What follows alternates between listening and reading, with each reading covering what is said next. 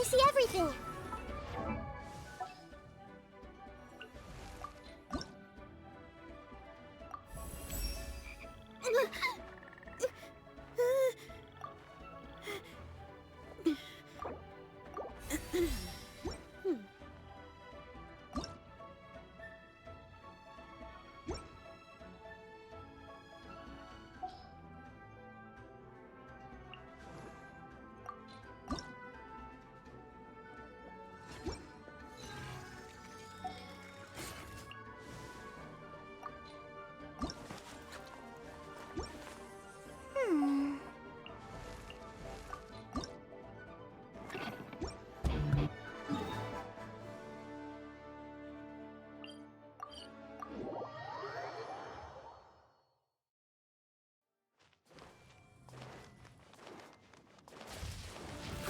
Bro, make yourselves at home.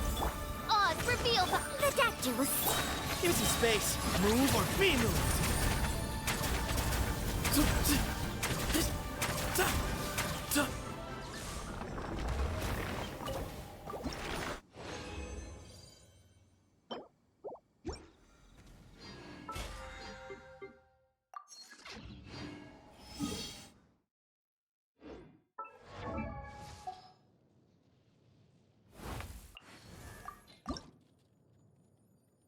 One, two, breathe. 3, 4, and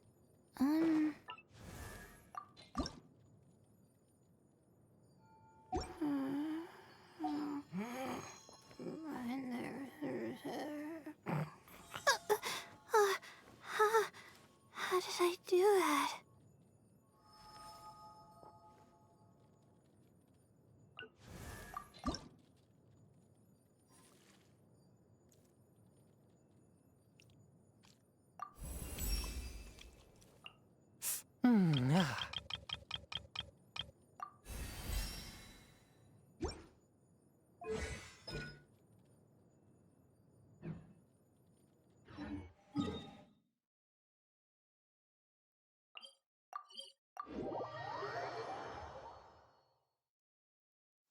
No umbrella for me, thanks.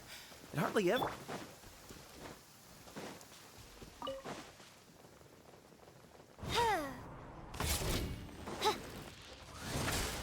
Committed to memory. Taking a turn for the better. Mind the side effect. Move to Al Akbar!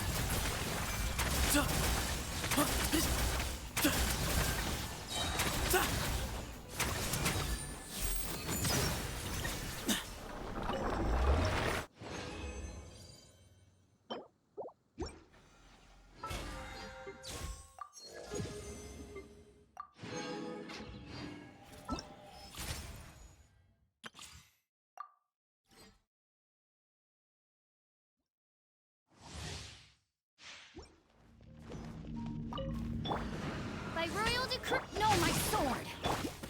Getting gear! Frost is coming! Wibbly wobbly.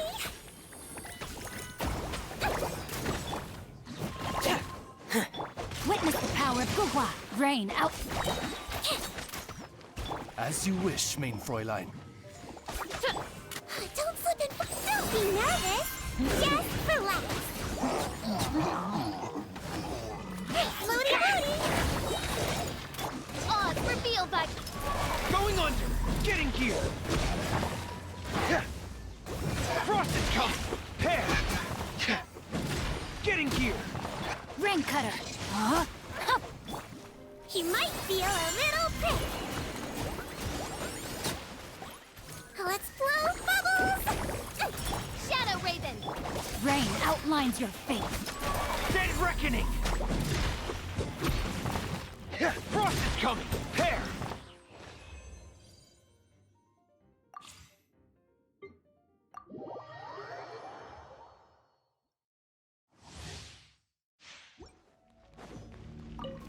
Shower me with rain! Nice and spicy! Huh? I'm out of here! How dare you! Let the world collide! I'm going in! Eat this! Out of the frying pan! Yoo-hoo!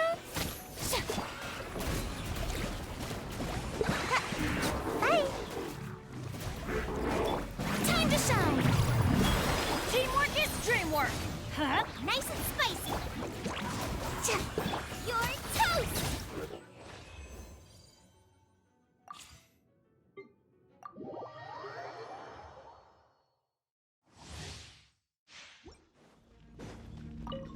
Not now. Step on up! Yeah.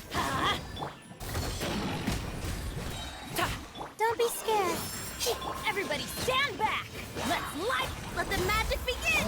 Mighty mythical beast!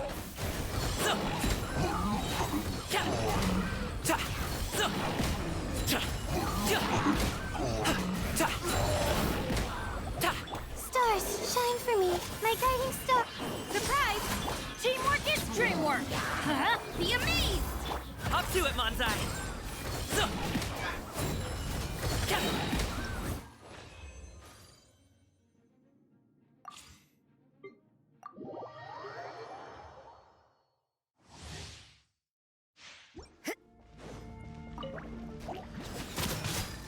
Out of the frying pan. Let's light it up! One with my blade. Everybody stand back! Lights out. Hey, yeah! You can't run! Submit for judgment. Judgment! I'm going in! Boba, get the Punishment! You can't run! Forth my blade from whence you came. You're toast! Really? Yeah! Let's light it up!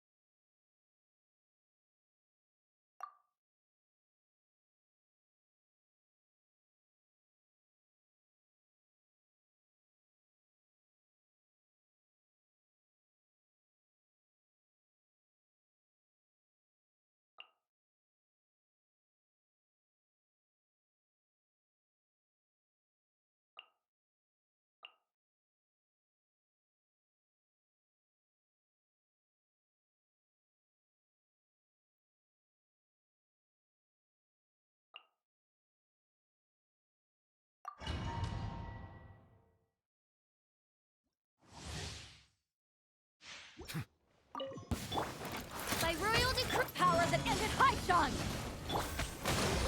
The tides beckon.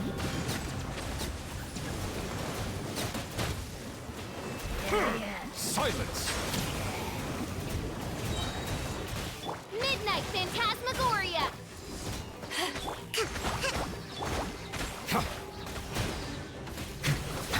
To ashes! Rust, leave it. Bow your head. Be sanctified. Covenants of the deep. As you wish, me. Settle down. Power that ended Haishan!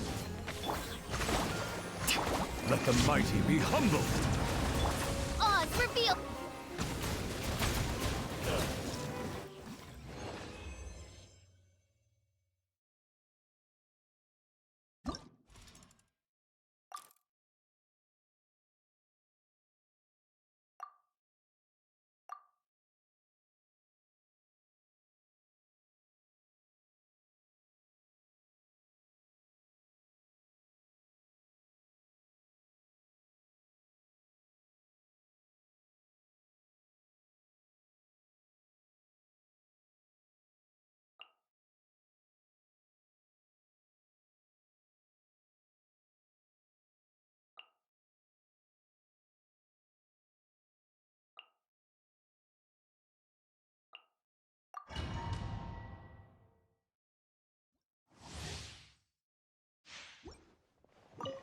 Illusion shaft! Punty. Fallen leaves, adorn my... By royal decree. Inazuma shines eternal! Shine down! Torrent, bring refuge.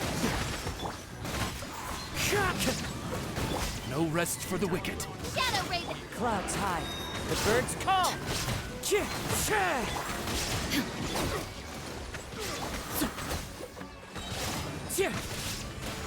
Wind strike. Odds reveal.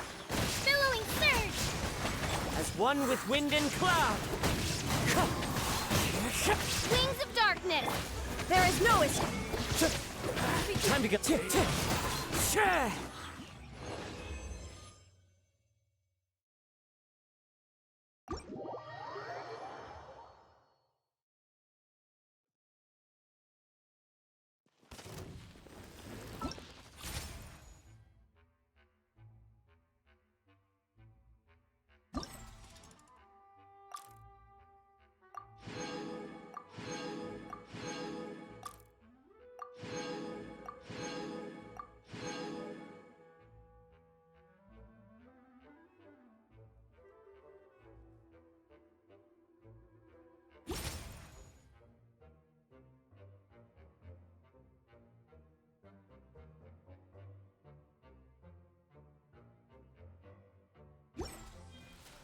This may hurt a little. The Temple of Wisdom.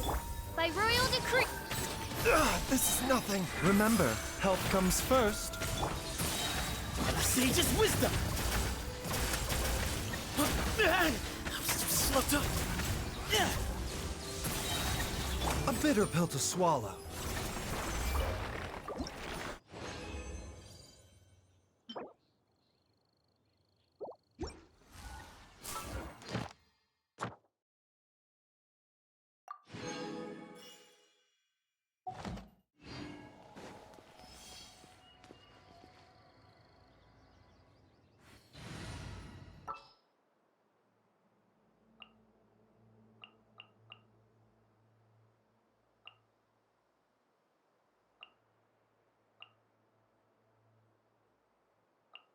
This world is full...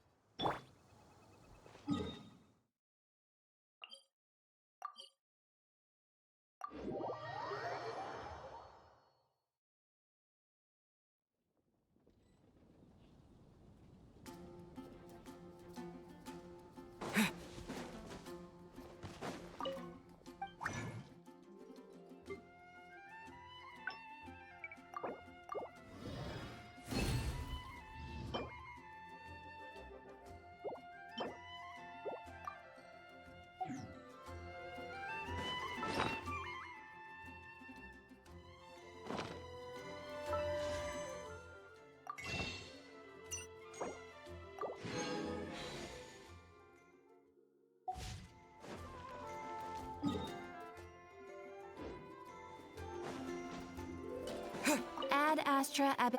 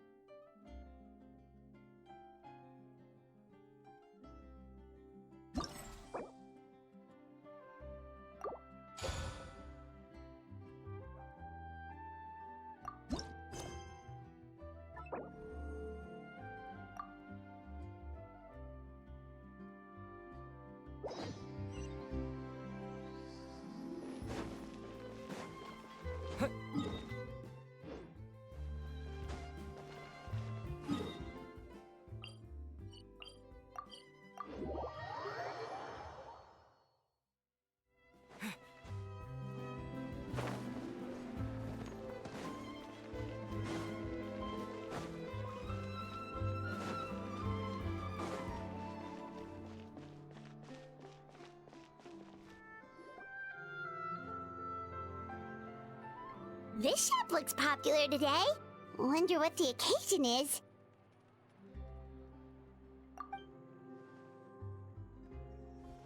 Butterfly Dew Cosmetics now on sale. Huh, looks like it. Oh, sigewinne's here too! Hey there, sigewinne!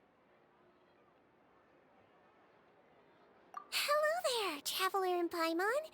I hope you're keeping yourselves fit and healthy. You bet we are. So anyway, what are you doing here, sigewinne? The Duke insists I take regular vacations in the Court of Fontaine. This one just so happened to coincide with a promotion for a new skincare product, so I came over to take a look. I like to keep up with the latest industry developments when I can, to help me with my magazine articles. Wait, you write? For a magazine? Which one? It's called Beautés en Fleur, and it's run by the Fontaine Beauty Association. I've done lots of articles about skincare for them, using the pen name Maritime Flower. Oh, wow! You're a Maritime Flower? If Paimon's not mistaken, you're one of the leading figures in the Fontaine Beauty Association!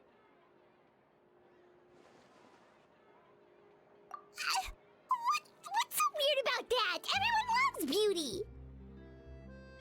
I really like this role. The staff at cosmetic shops are always so polite. And as long as I wear a big smile on my face, I always get the best customer service. Well, they sure don't want to make an enemy of the Maritime Flower. Obviously, it's because of sigewinne's love for beauty. Still a leader of the Beauty Association? That's incredible. The truth is, I study this field because I cherish my own appearance. It has nothing to do with being beautiful or not. Oh, the words of a master beautician defy comprehension! Oh, wait, you're saying that natural beauty is the highest form of beauty, right? Not really. Actually, Melusine aesthetics are very different from human ones. We don't view humans based on their appearance. If I had to describe our approach, I'd say it's based on cuteness.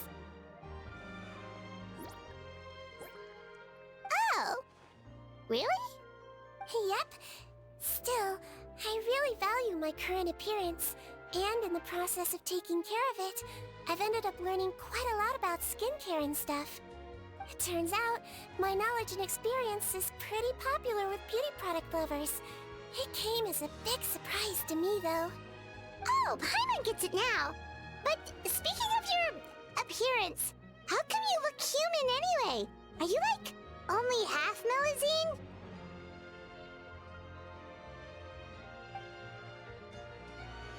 Ooh, wait, sorry. That was probably really offensive, wasn't it? No, I don't mind.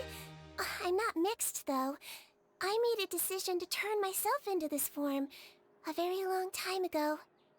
If you're interested, I could tell you the story. A shape-shifting story? Oh, heck yeah, of course we're interested!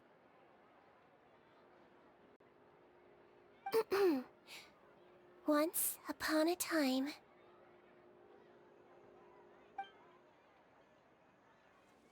Long ago, humans rejected Melusines, and Melusines feared humans. There was one Melusine who became fascinated with human medicine, but no human wanted her help. And there was one girl who liked Melusines, so no humans would make friends with her. So, the Melusine became the girl's friend, and the girl became the Melusine's patient. Your checkup's all done. You're still in perfect health. Thank you, Dr. Melusine. In this game of doctor and patient, a friendship was born. Then, one day, the girl fell ill. The Melusine was the only doctor to arrive on time, but the adults sent her away. Scram! Melusines can't be trusted! So just because I'm not human, can't save my best friend. In desperation, the Melusine approached the frightening witch. She begged and begged until she got a reply. If you take this potion, concocted of sin, you will gain a human face and grow human limbs. But then, you will lose everything that attracted this friend of yours to you in the first place. Can you accept that? The Melusine did not hesitate for very long.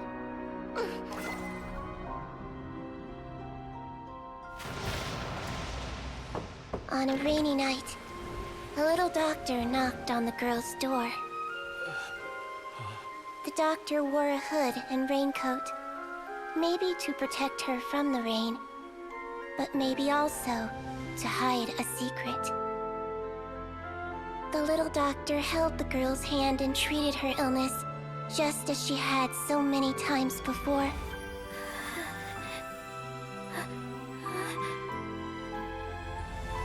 Dawn came, and the little girl's condition improved. But the little doctor was long gone, for she knew her friend would never recognize her again. And so, since then, I've lived my life in human form. Most people who know me just think I was born this way. Ooh. A witch? A potion? Why does this sound like a fairy tale?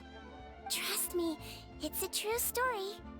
Must be the way you told it then. It just sounds so...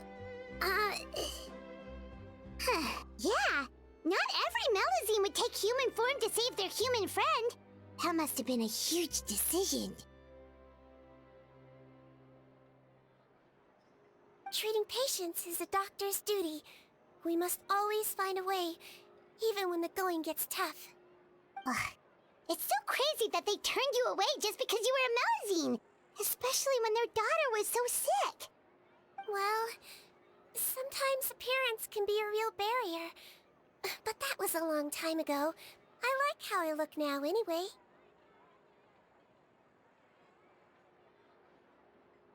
Paimon too! You're super cute this way. Attention customers! Thank you all for waiting. Now, on behalf of our skincare partner, I'm delighted to announce that our exciting new product is now officially on sale. Well, there we go. Let's have a look, shall we? Oh, Paimon, if you want to buy any skincare products, I'll be happy to give you some suggestions. Really? Personal advice right from a leader of the Fontaine Beauty Association? What an honor! Allow me to introduce our newest skin lotion, Butterfly Dew.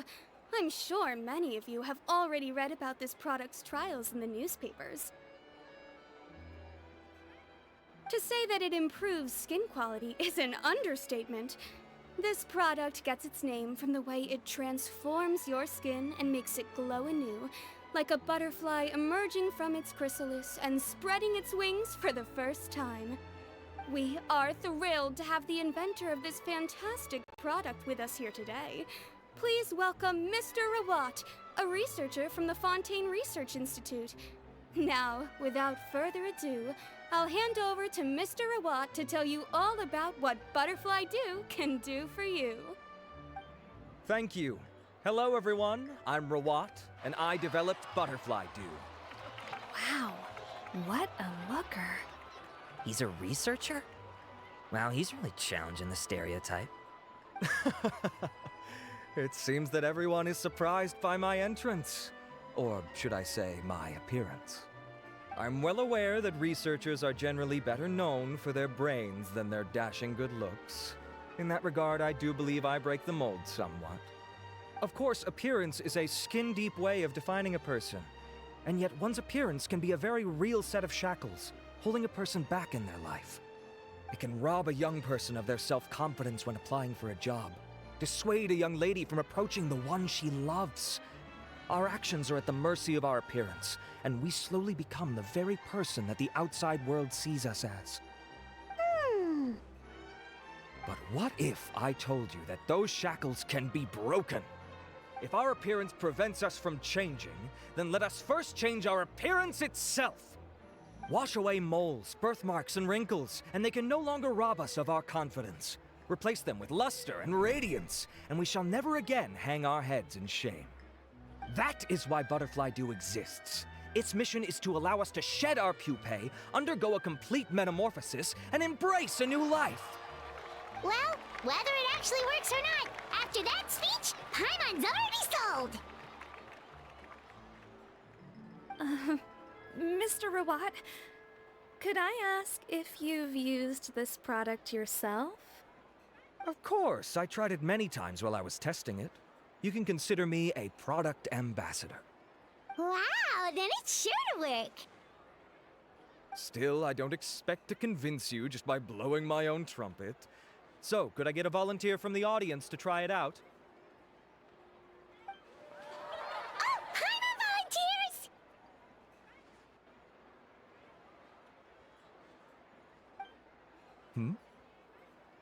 Oh!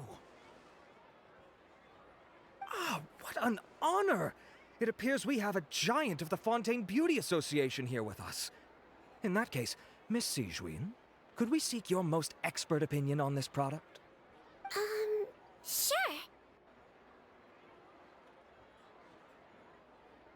Whoa, is that romaritime flower?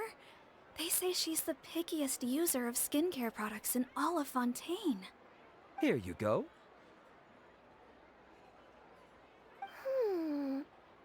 Well, it's very kind to the skin, and the absorption rate is high.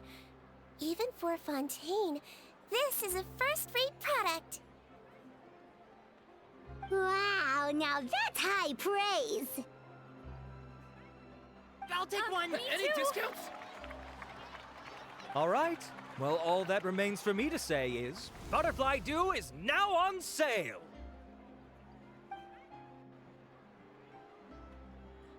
Think we should buy a bottle too? Of course you bring up Mora! Fine, Paimon will pay out of her own pocket, and even share it with you. There, does that sound fair? And if you're worried about whether it's the right product for you, well, luckily for us, sigewinne's here, so we can get an expert consultation.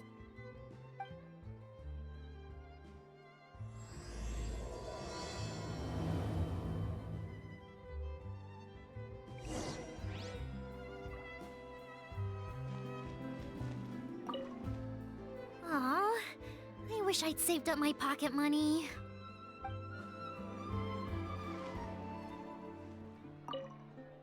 Stocks are running low, so purchase soon to avoid disappointment.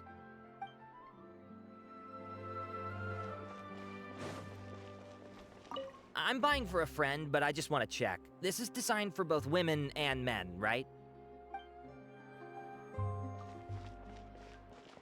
I was looking to switch up my skincare routine anyway. I'm gonna try this out as soon as I get home tonight.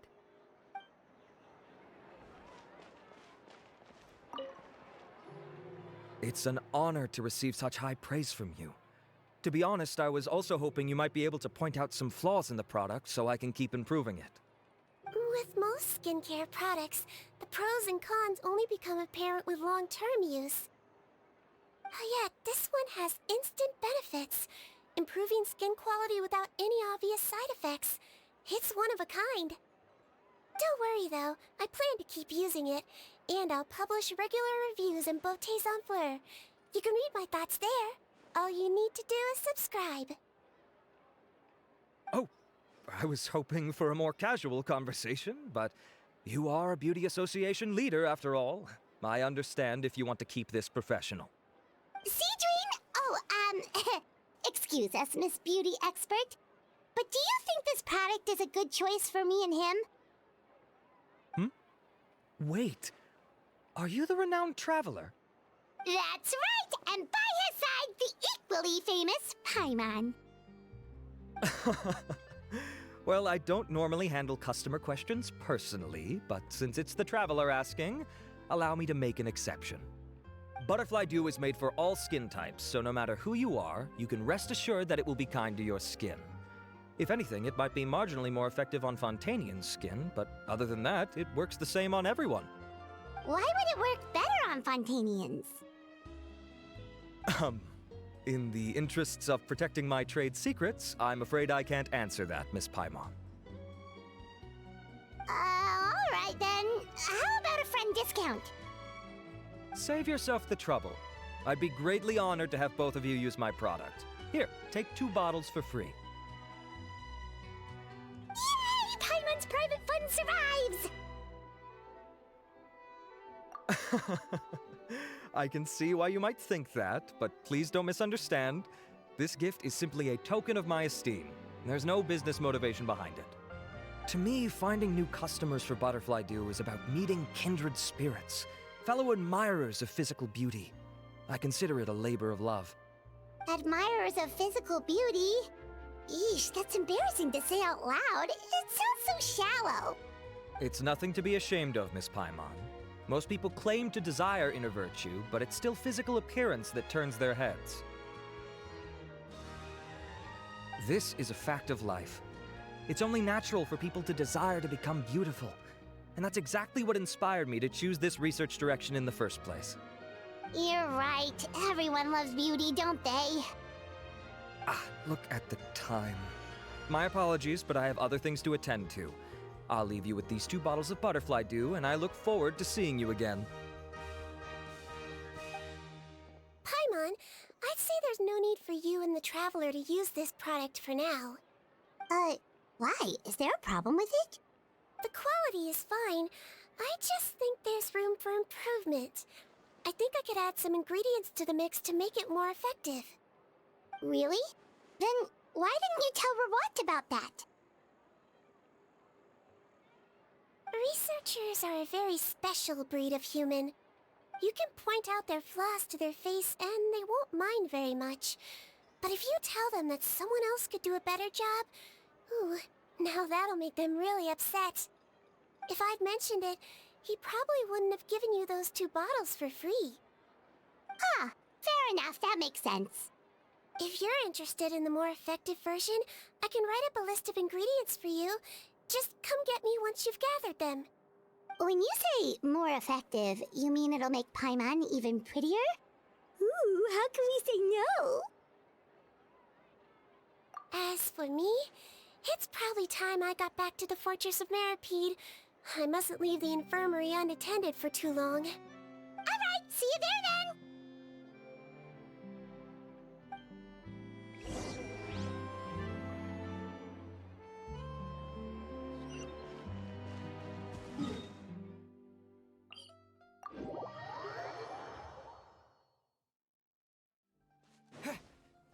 Just up ahead, Traveler. The ingredients for sigewinne should be nearby.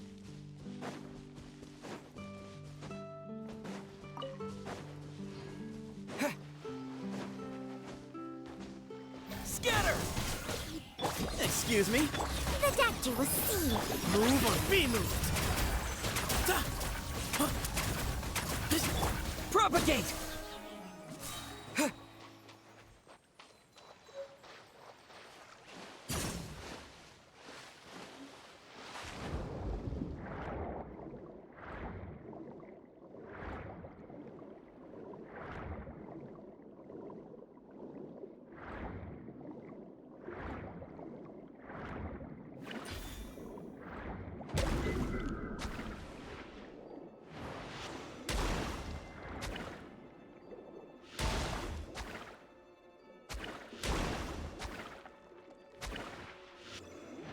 Great! That's everything! Let's head to the Fortress of Maripede!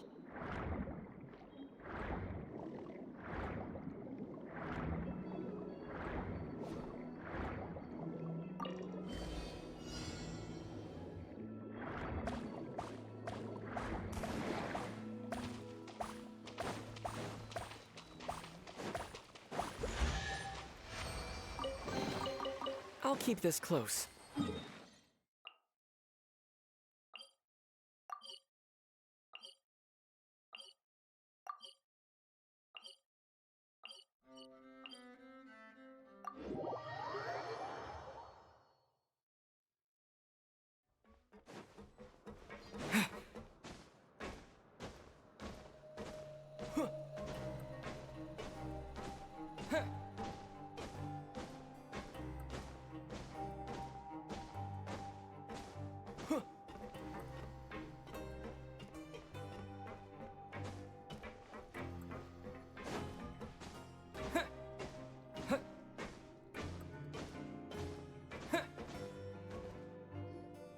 Whoa, the infirmary is packed.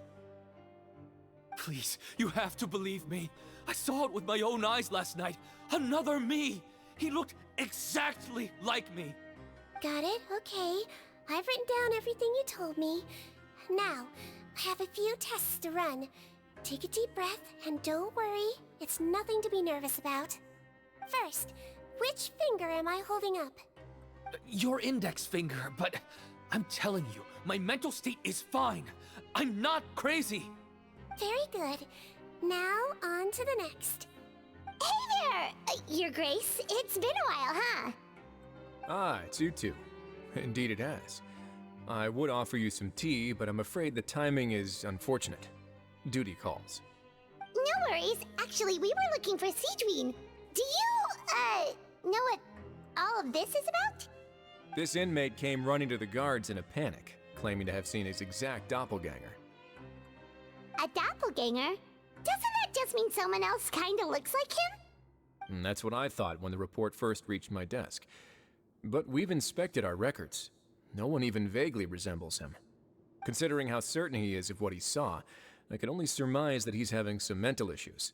So I brought him for a medical evaluation. All right, very good. Take a sip of water and rest for a bit. Evaluation complete. I couldn't find any symptoms pointing to a physical condition. I see. So do you still believe there's more likely to be an issue with his mind than his body? I have to assume so for now. Psychological issues are more difficult to detect. At this stage, we can at least confirm that he is in command of his cognitive faculties. The rumor mill will go crazy if word of this gets out. Guards, take him to the ward for a period of observation. The Marechaussee Phantom has requested my cooperation on a case, otherwise I'd deal with this myself. Sorry for the trouble, head nurse, but I'll have to leave this to you. No problem, Your Grace. I'll add him to my observation list. By the way, we have a couple of guests here who've made the trip just to see you. I imagine it must be important. You probably won't need to add them to your observation list, though. Oh, Traveler! Paimon, it's you! Hey there, sigewinne! It's actually not that important, but... I'll be in my office if you desperately need me. Goodbye for now. Okay, bye-bye! So, sigewinne... Would you mind waiting for just a moment? I have another patient to see. Just find an empty bed and take a seat. I won't be long. Oh, sure! Sigewinne, we've brought him. And he seems to have taken a turn for the worse again. Okay, don't panic. Let's start by sitting him down here. Paimon had no idea how busy it can get for sigewinne. Maybe now's not the time to ask for her help with skincare. Good point. Besides, it might actually be interesting to observe her at work. Well, this could hurt, so I suggest you take a deep breath first. Did his face melt? What happened to him? It's anyone's guess. His face melted off shortly after arriving at the fortress. But since he's a serious offender, he can't be allowed out for medical treatment. Best we can do for now is ask the head nurse to give him something to manage the symptoms. Oh, this is gonna be awkward. We still need to bring him to the Marechaussee Phantom for questioning. What if he scares them half to death? Will that be our fault? The Marechaussee Phantom? Does this have something to do with the case Risley's dealing with? Yep, it was a huge case. They bagged a few dozen crooks in one fell swoop. And this guy's the baddest apple of the bunch. He harmed countless people. And now, it looks like it's all finally catching up with him. You done gawking? Not yet. I need to check the severity of your ulcers to decide the right dosage. Don't worry. We Melazines have a very different sense of aesthetics from humans. To me, he just looked like a little kitty with slightly scruffy fur, but still just as cute. Don't patronize me. Do I look like a kid to you? Just give me the meds and let me out of here. I already missed my cell. Hey, lose the attitude. You dare talk back to our head nurse like that again? Your days are numbered. Oh, it's fine. Okay, I'm going to apply the medication now.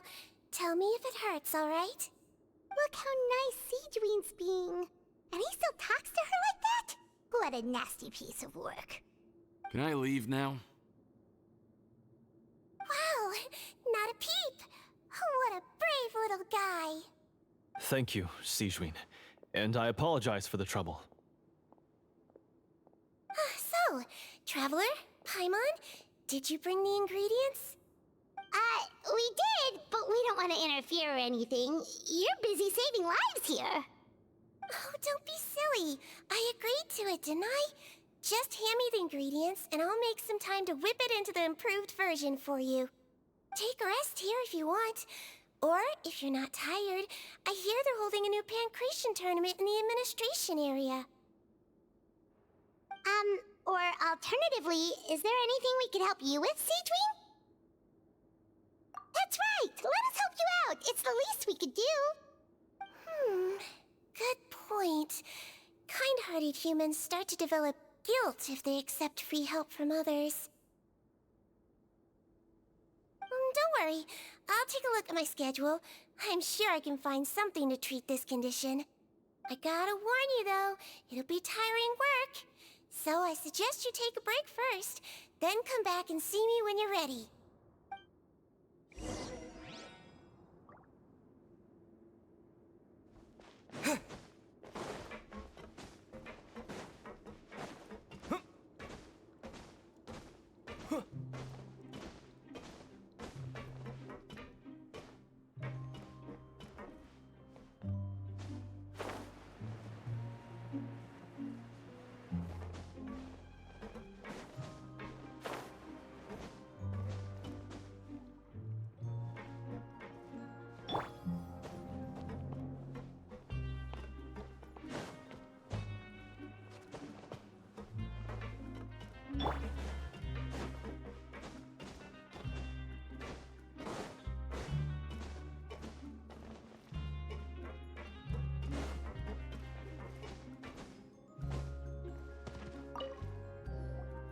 We're ready, Sigewinne! What's our first mission?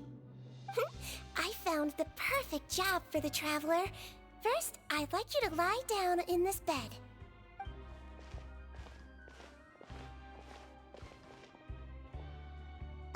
What for? I need you to pretend to be sick. What?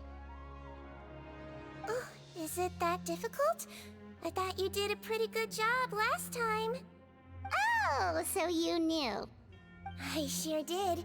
He was way more interesting than the usual malingering inmates, and you played along very well, Paimon. I observed you two for quite a while after that. Well, this is awkward.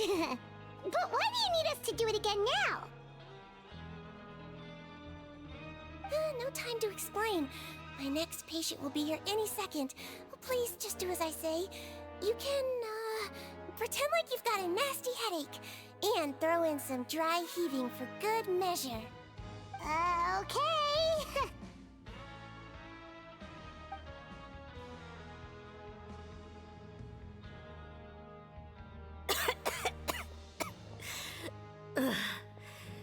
Hey, Doc, it's me. I'm only here because my mom won't stop pestering me about it. So annoying. Well, your mother has enough on her plate with a busy job. Well, the last thing she needs is to worry about you being sick as well. I know. I shouldn't treat the place like a playground. Shouldn't go swimming in the lower levels where we join up with the sea, because it'll give me a cold and distract her from her work. I thought I'd be able to have some fun here at the fortress for a few days, but it's always, don't do this and don't do that. All right, sit yourself down and I'll take your temperature. Your fever still hasn't gone down. Well, here's your medicine. 1 cup for starters, and we'll see if it helps. But Doc, it's so bitter. Do I really have to drink it? I mean, I'll be fine, right? I've got an uncle who caught a cold. His fever went away on its own after a couple days. Can't you just write me a note saying I'm on the mend? I just need something to keep my mom off my case. I sure can. You're a very brave boy, after all. Huh? Brave? What makes you say that? Well, if you want to rely on your own immune system to clear up your fever, then you'll have to tough it out like this guy.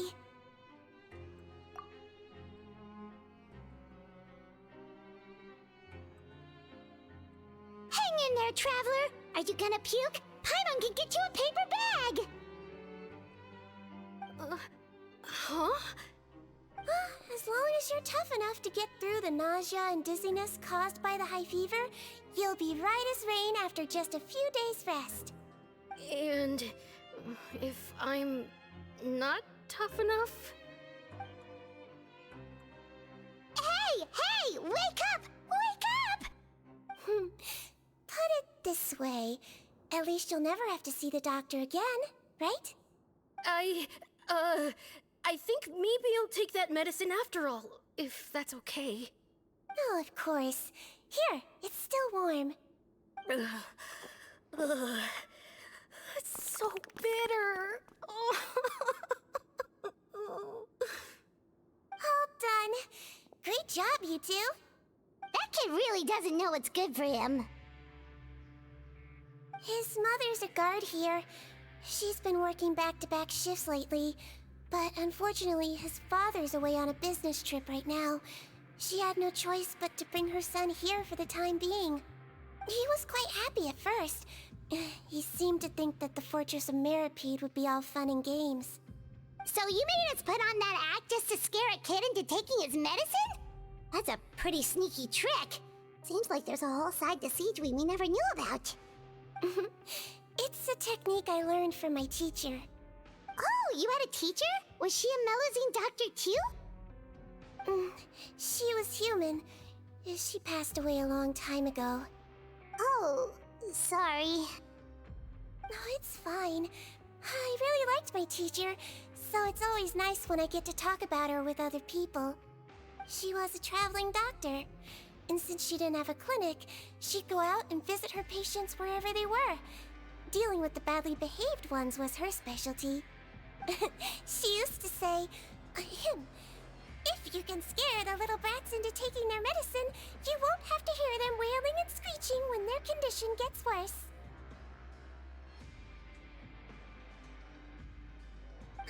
She sounds like a pretty strict teacher. Strict? Well, that's not how my teacher saw it. She thought of herself as terrifying to kids. Strange way for a doctor to describe themselves. Now Paimon's curious to know what she looked like. As it happens, I actually have a picture of her. Oh, wow, yeah, okay, that'll terrify the kids. Yep. All the children she treated thought she was a witch. Why does it almost sound like you're envious of her? Oh, because I am. If she was here, all the children would take their medicine without any need for tricks. A doctor who looks like a witch. True, they wouldn't dare try anything funny with her around. Oh, me, on the other hand, it's hopeless. Children aren't afraid of me at all. That's actually a good thing, you know? Oh, my next patient should be arriving now.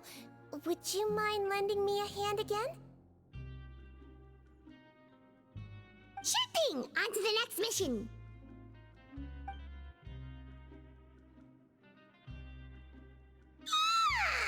Is it nighttime already? That flew by. You really have a busy job, sigewinne.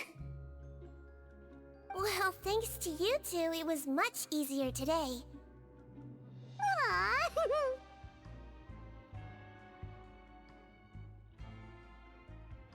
Should we get some rest? It's getting pretty late. Oh, there is one last thing. I have to keep it confidential, so I usually leave it till after everyone's clocked out. Confidential? Are you sure you can tell us? It's fine. You're not living here anymore, so it's okay if you know. All it is I have to prepare some ingredients to make healthy meals with. Wait, you mean those healthy meals?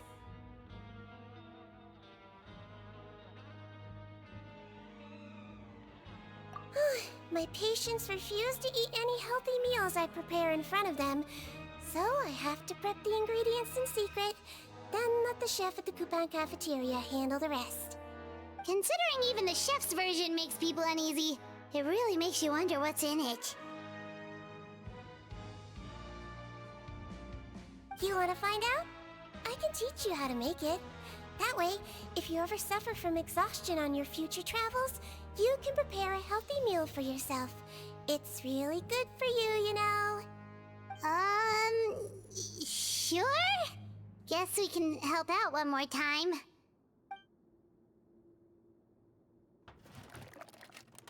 The ingredients are ready. Now, put them on the table and add them in the order I tell you. First, we add this special slime condensate, stir it thoroughly, then pour it in. See that? It adds elasticity. It looks just like tasty jelly, doesn't it? Yeah, it really does. Until you remember it's slime condensate. Next up, xenochromatic crystals. You want to crush them up into a fine powder, like powdered sugar. Wait, are those from Fontimer Aberrants? Are you sure they're edible? Finally, we'll need some high-protein meat. Frogs are an excellent choice. You just need to clean their innards, and then you're left with some lovely, tender meat. Oh! Frogs.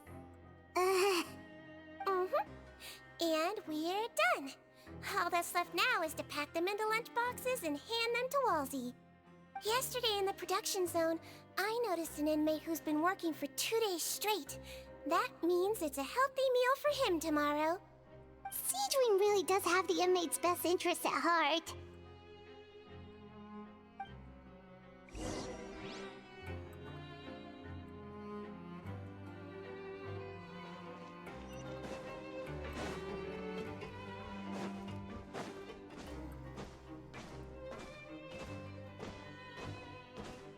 Mind the sight of it.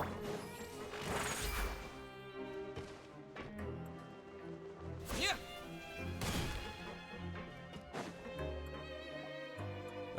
Head nurse. Got some extras for me? Just the one today. The serial number's on the lid. Sounds good. I'll make sure it gets delivered. Sounds like they're talking in code. Thanks for your help. Oh, it's no trouble at all. I only wish I could do more. You work so hard for all our sakes. I'd happily lose a little sleep if it meant helping you out. That won't do. If you reduce your sleeping hours any further, your health will start to suffer. All right. Nurse's orders. I'll do as I'm told. But you take care of yourself too.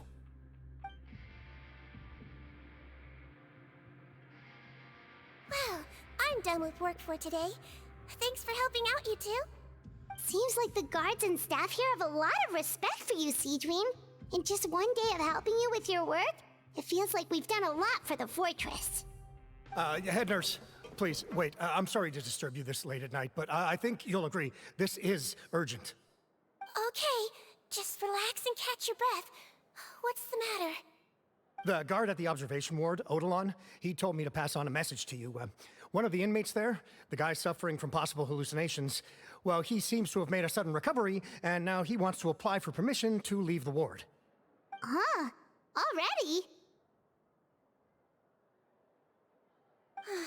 You were right to tell me. I'll have to examine him and make sure he's well before we discharge him. Looks like we've got one job as medical assistants left. We'll come with you.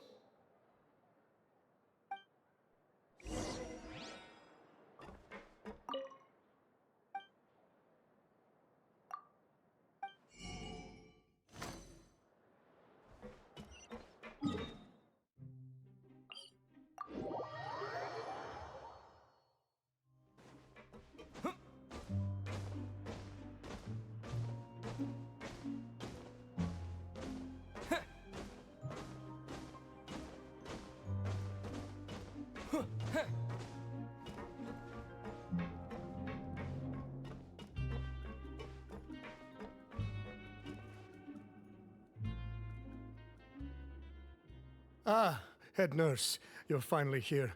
I'm so sorry for all the trouble I've caused you, but I believe I've now made a full recovery. After giving it some thought, I'm sure that I was probably just seeing things. Stress-related, I imagine. I'd been working long hours, so I definitely wasn't in the best state of mind. I totally understand. Still, I have to give you an examination before I can discharge you, okay? So, take a deep breath and don't be nervous. It'll be the exact same procedure as we did this morning. We can start whenever you're ready. Again, so sorry. I was in such a state this morning, I barely recall anything. Would you mind taking me through it again? Oh, not at all. It's a lot to remember. First up, we have a little cognitive test. Just concentrate and you'll be fine. To start with, which finger am I holding up? Your pinky.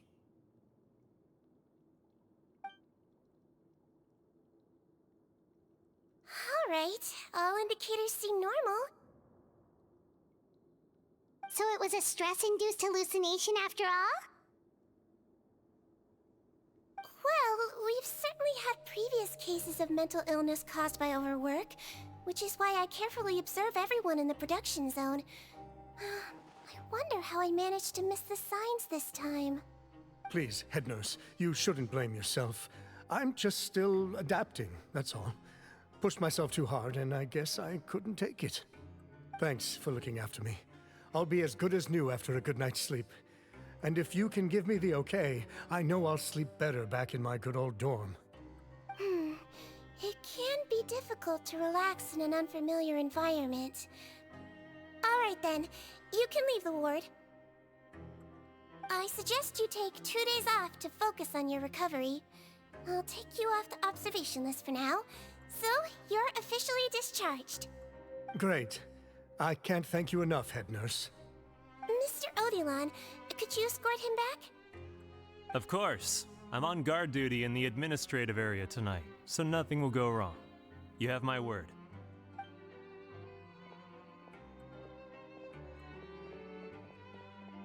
Guess you're finally done for the day now, huh? Yep. But I still haven't gotten around to making that improved lotion for you yet. Oh, no rush! Seriously, it's super late now. You should go get some rest too. Well, tomorrow it is then. Good night, Traveler. Good night, Paimon. Hope you sleep well. Oh, don't you worry! We will! After a productive day of work, we're both gonna sleep like a log. Yeah, sleep tight, sigewinne. See you tomorrow!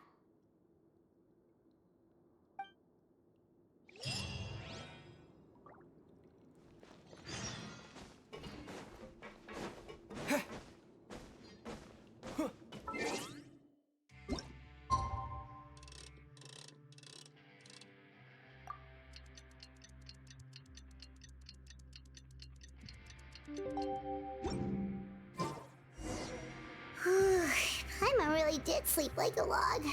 Let's go find sigewinne.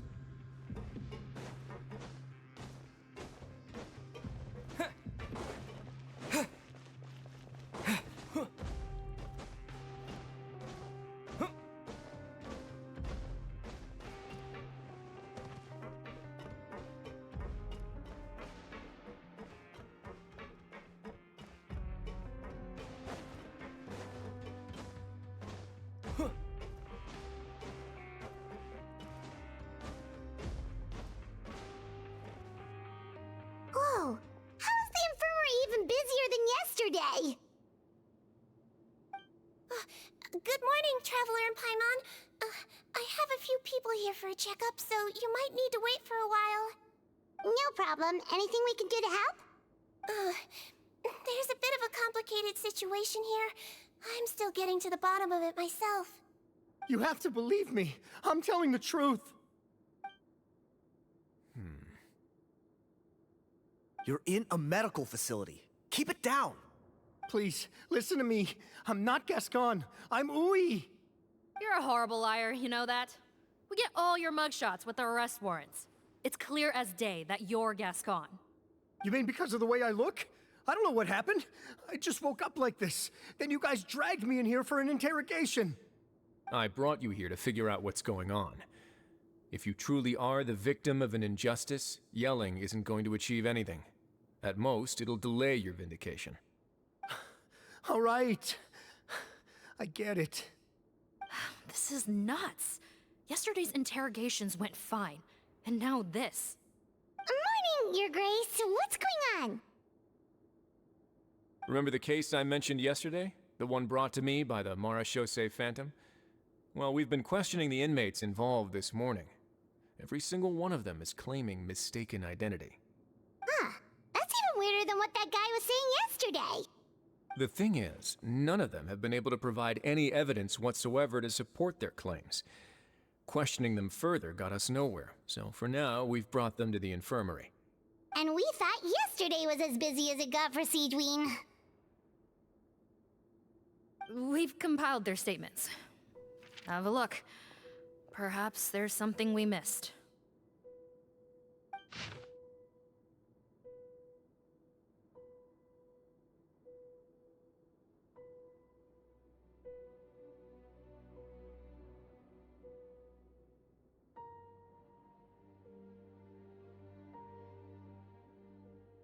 Wait. Release? Interesting. The inmates they spoke of in their statements appear to all be due for release today. I noticed that too. If that's their plan, they're underestimating us a little.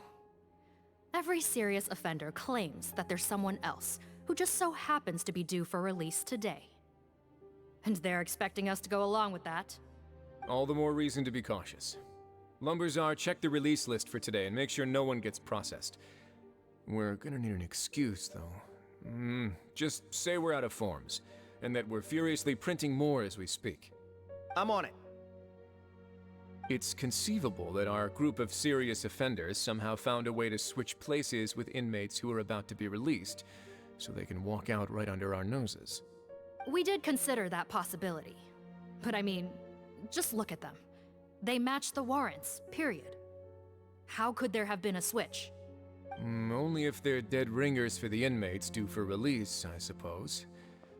I gave you that name list yesterday to assist in your investigation. Did that help? Yes, the inmates' mugshots were attached to the list. The first thing I did was check for lookalikes, and I didn't find any. The only other thing that stands out to me is that their voices sound a little different today. But it's not exactly hard to put on a fake voice. Oh, really? What does our head nurse make of all of this? Give me a moment. I think I have a way to confirm whether there's been a switch. I know, it's not time to change your dressing yet, but please bear with me. Huh? Isn't that the guy from yesterday? This should be Honore. He has very severe facial ulcers, which require an operation in the hospital at the Court-Fontaine. I authorized him to leave the fortress for medical treatment under guarded escort. Yes, like I told you. I'm not Putton. I'm Honore. So there has been a swap. Well, I can see what happened in Potton's case, but how do you explain the other inmates? You're not telling me their souls switched bodies, are you? No, I believe it was their faces that got switched. The method is a bit like replacing a tooth. Take the bad tooth out, put a false one in. And actually, I think I can prove it to you. Traveler, Paimon, do you remember Eric from the other day? Yeah, sure do. Then you can be my witnesses. To start with, please fetch the inmate who claims to be Eric.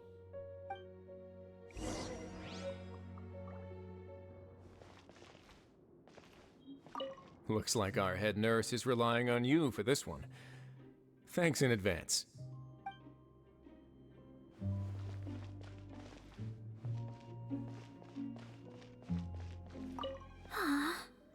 How could they switch without me noticing? What the heck is going on?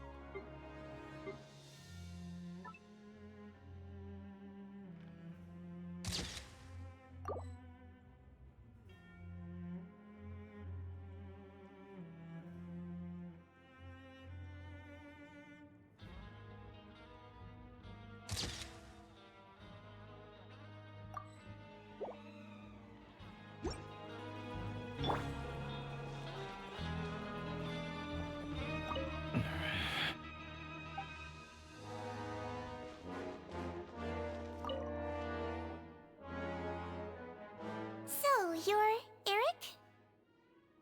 Yes, head nurse. It's me. You do believe me, right? I need to do another examination on you. Same procedure as yesterday. All right. It's the cognition test first, right? So I need to concentrate. Now, try to recall if you can. The last time we did this test, which finger did I hold up? I believe it was your index finger. But that means... Huh? So, basically, last night, the Eric who said he saw another him suddenly recovered and applied to leave the observation ward. sigewinne did another test before letting him leave, but that time, she held up her pinky finger. Huh? I don't know about any tests last night. There was nothing to do in the observation ward, so I went straight to bed. Then I somehow woke up in a high-security cell. Well, in that case, there is a reasonable explanation for the strange events of the past 2 days. So, what exactly happened?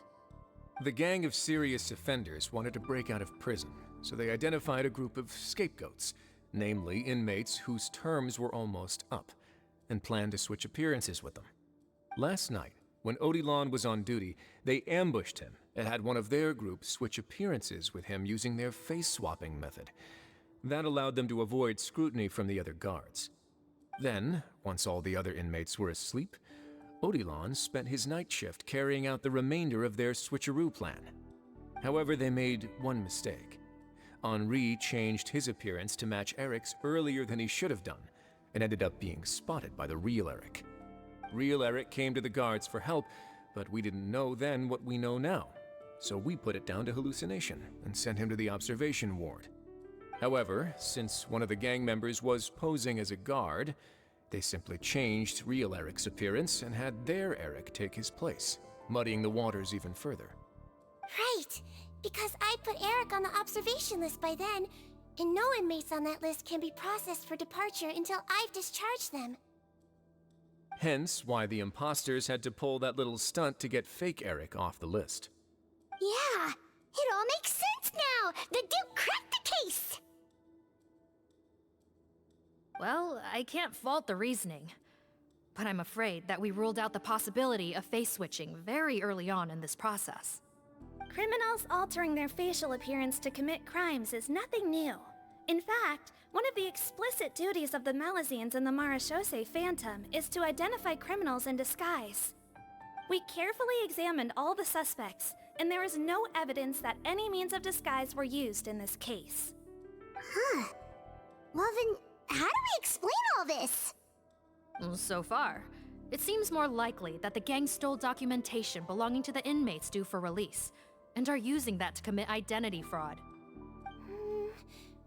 Actually, there is a potion that can completely change someone's appearance. If they use that, even a Malazine wouldn't be able to detect it. A shape-shifting potion? Forgive me, head nurse, but this is the first time I'm hearing about it. If such a potion truly existed, it would jeopardize our entire investigative process at the Marasho Save Phantom. Are you certain of this? Yes, I am. But... Please, trust me in my professional opinion as an experienced clinician. At the same time, without any solid evidence, it's pure speculation. If we can round up all the inmates suspected of switching places, then have a little talk with both sides, we might just get our answer. Yep, let's do that. Okay. Well, it was our negligence that meant we had to come and conduct these post-internment interrogations. And I know it's put you out. We'll do it your way. Your Grace, bad news. I paused the releases like you asked, but we were too late. A bunch of people already got processed 2 hours ago. I checked the list, and sure enough, it's all the people who gave statements. 2 hours ago? That's before today's interrogations began. They had this all planned out. So there really was a switch after all. They really pulled the wool over our eyes on this one. We should be able to catch up with them if we leave now, right? Not if that potion is real. They can just switch faces again after leaving the fortress. And if the Marashose's Melusines can't even spot them, we wouldn't know where to start searching. Yikes! So we're at a complete dead end!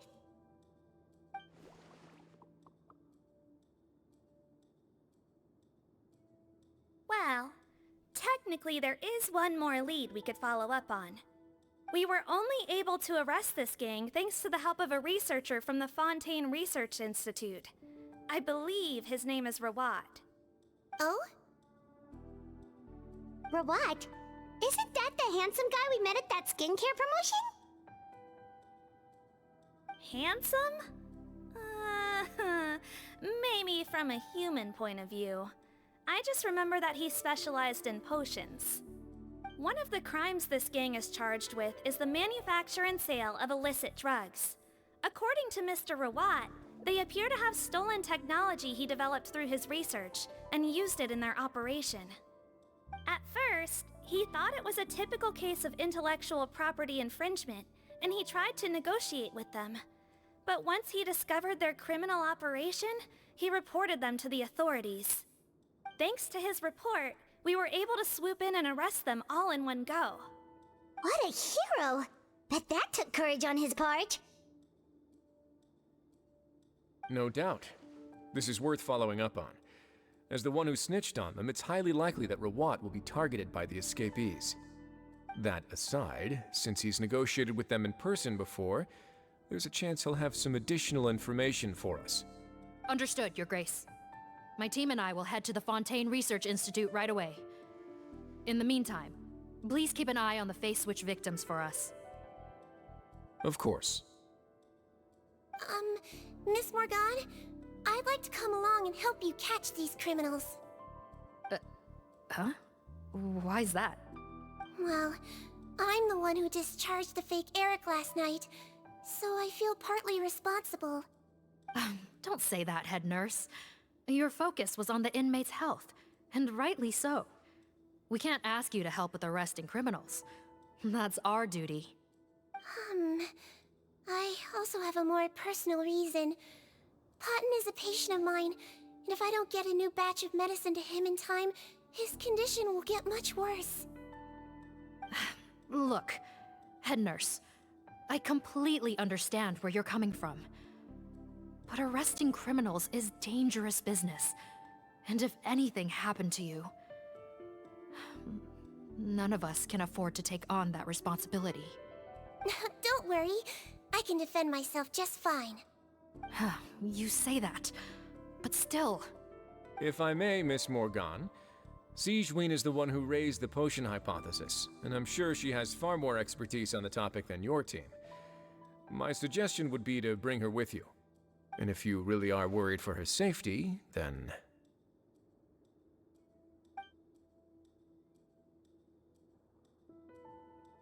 Ah, there you go, right on cue. Knew I could count on you.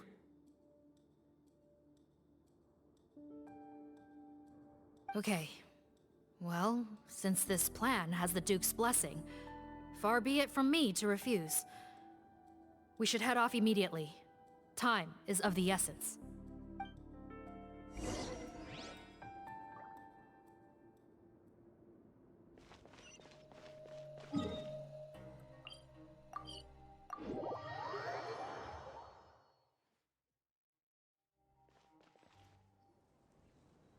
Greetings. Sorry to impose, but I'm afraid we're here on urgent business, and we're gonna need you to cooperate. The Marsh is a phantom. Let me guess, you're investigating some more illegal research? Not this time, no. We're looking for a researcher. Do you know where we might find Mr. Rawat? Rawat. Oh yeah, Mr. Handsome, right? He actually doesn't work on site here very often. There's a handful of researchers in the nearby area who know him pretty well, though. You can see what they know. Just a handful? Paimon figured he'd be the most popular guy around. Well, I guess you could say he's popular, at least on a superficial level. He's blessed with good looks, so he tends to make a good first impression on people. But in all his time here at the Fontaine Research Institute, I don't think he's ever had a single deep conversation about his research with his peers. That's no way to make real friends around here.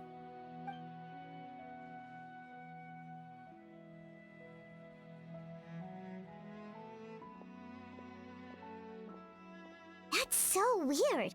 He definitely didn't come across like a recluse at that product promotion.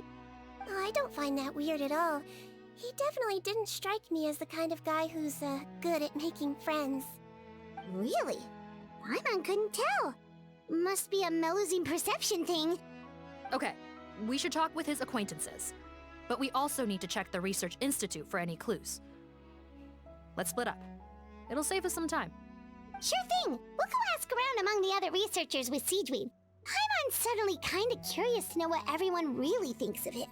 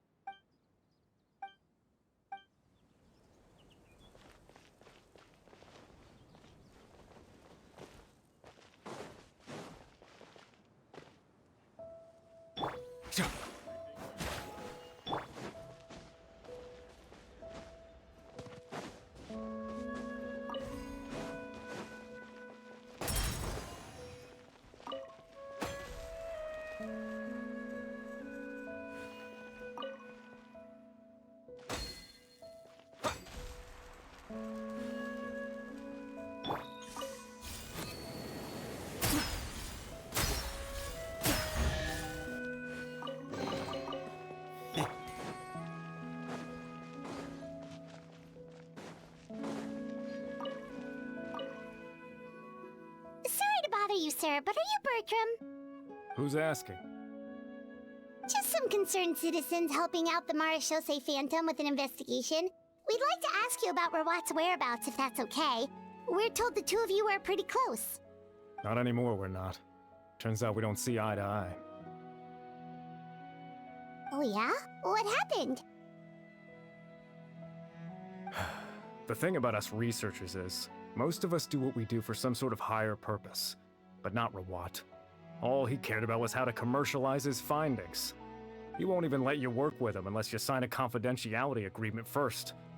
Also, he has better control over who gets which intellectual property rights.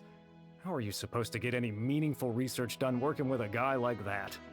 Now that I've got my own technical solution for my compressor, I don't need to work with him anymore. So that's what Rawat is really like. We'd still like to know where to find him. Is that something you can help us with? Wait, Yeah, I know you. You're the head nurse at the Fortress of Meripede. Alright, then I'm happy to help you if I can. I respect the work you do. Medicine serves the highest purpose of all the sciences. Wow, turns out sigewinne's got some real clout. Thing is, I have no real way of knowing where he might be. I stopped working with him 2 months ago, and I've barely seen him since. But if you want my advice, I'd say go talk to the peddlers. There's a few he meets with every other day or so. Maybe they know where he's at. Peddlers?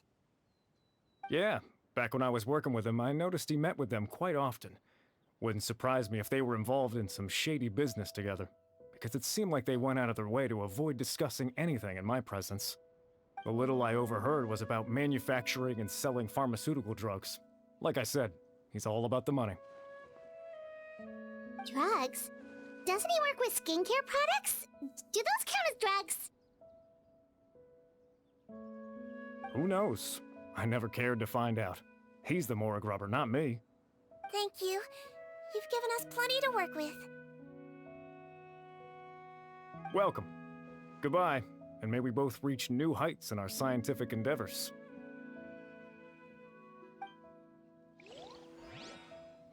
If my research project works out, the development of underwater spaces should become much easier.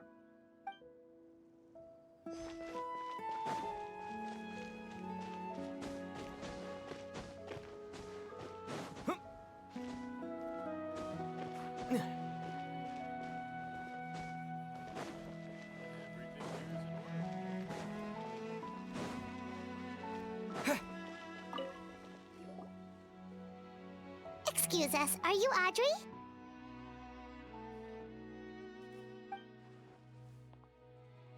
That's me.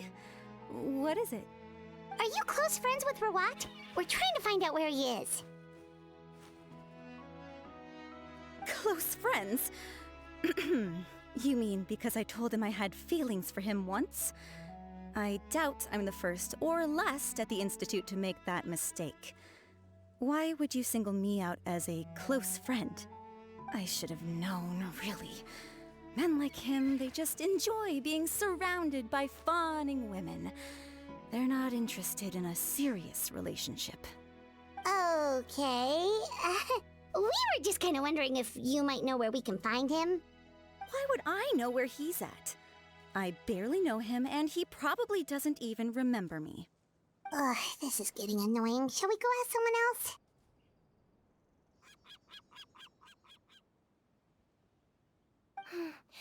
I think she knows Rawat better than she cares to admit. If we leave now, it might be a wasted opportunity. Maybe, but we're not going to get much out of her while she's in this state, are we? She's displaying symptoms common among people in love, if that's what you mean. But I know a cure. It's curable? Oh, we're still no closer to finding Mr. Rawat. Oh, by this point, he could be in grave danger. Danger? Wait, why are you looking for him again? Oh, that's right, yeah! The Marshose Phantom said that he's been targeted by some pretty bad people. We need to make sure he's safe. What? How has this happened? He seemed fine when I last saw him, and that was only a couple of days ago. Just happened to run into him, of course. Oh, I see. Well, do you have any thoughts on where he might be right now? Okay, but this is purely out of concern for his safety. If he's not at the Institute, he might be at his mother's place. I heard she raised him alone, that they had it pretty tough financially, and these days she's housebound due to illness. He makes regular trips back home to check on her. Oh, okay. Do you know the address? Nope, sorry. I only found out the thing about his mother because it came up in conversation once. I was just trying to find out more about him, so I could get to know him better. When I told him I had a crush on him, I offered to help him take care of his mother. And yeah, maybe that was a stupid idea, but did he really have to yell at me for it? It's like, fine, I can take no for an answer, but what's with the temper tantrum? Unbelievable. These guys only want to show you their charming, well-groomed exterior. They can't stand it when a few home truths shine through. Looks like her love syndrome is flaring up again. We need to find out Mr. Rawat's mother's address. Let's check with the Marechaussee officers when we regroup. Cool, sounds like a plan.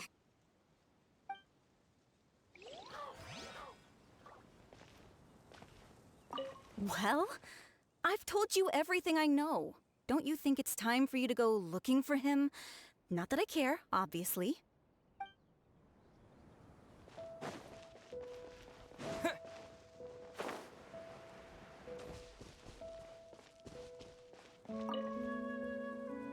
Hey there, are you in Teeb? What do you want? We're here to ask about Rawat. Any idea where he might be? We were told you were pretty close with him. Close? Not sure that's the word I'd use. He wouldn't even let me use his patent. Huh? It's been a good few days since I last saw him. I don't know where he's at. Go ask someone else. Would the patent in question happen to be related to the new skincare product he developed? Yeah, kinda. Butterfly dew, or whatever he calls it. I heard he made a tidy sum off of that one. Okay, now we're getting somewhere. Keep going. Most of the other researchers here focus on mechanics, energy, stuff like that. I get why he wouldn't be interested in having anything to do with them. But I'm studying coatings. There's a huge overlap in our areas of research. Why would he refuse to work with me? I bought his product once and noticed it contains a unique substance that might have applications in coatings too. If it worked out, I could probably make as much as he's making. Don't get me wrong, I had no intention of plagiarizing his work. I was hoping to get official permission to use his findings in my own research. Followed the proper procedure. It was all above board. I would have had to pay him a license fee and everything. But despite that, he turned me down not once, not twice, but 3 times. It's like he's vehemently opposed to the idea of anyone else making the kind of money he does. Huh, so is Rawat antisocial, or is this guy just jealous?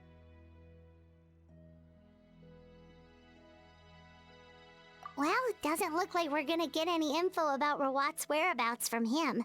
Let's go! Wait, 1 second. Mr. Antibes, next time you go shopping, you should buy some Buell fruits. Peel the skin, steep in water, then drink. It'll help calm your mood. Huh? Yeah. Thanks. Well, that's all 3 researchers. Let's head back to the meetup point.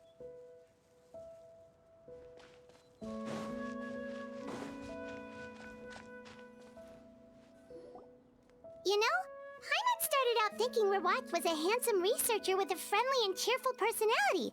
It's such a surprise to learn that his peers have a different impression of him. So what's your view of him now, Paimon? A handsome researcher whose difficult upbringing turned him into a profit chaser with a chip on his shoulder? So your thoughts about his appearance haven't changed at all?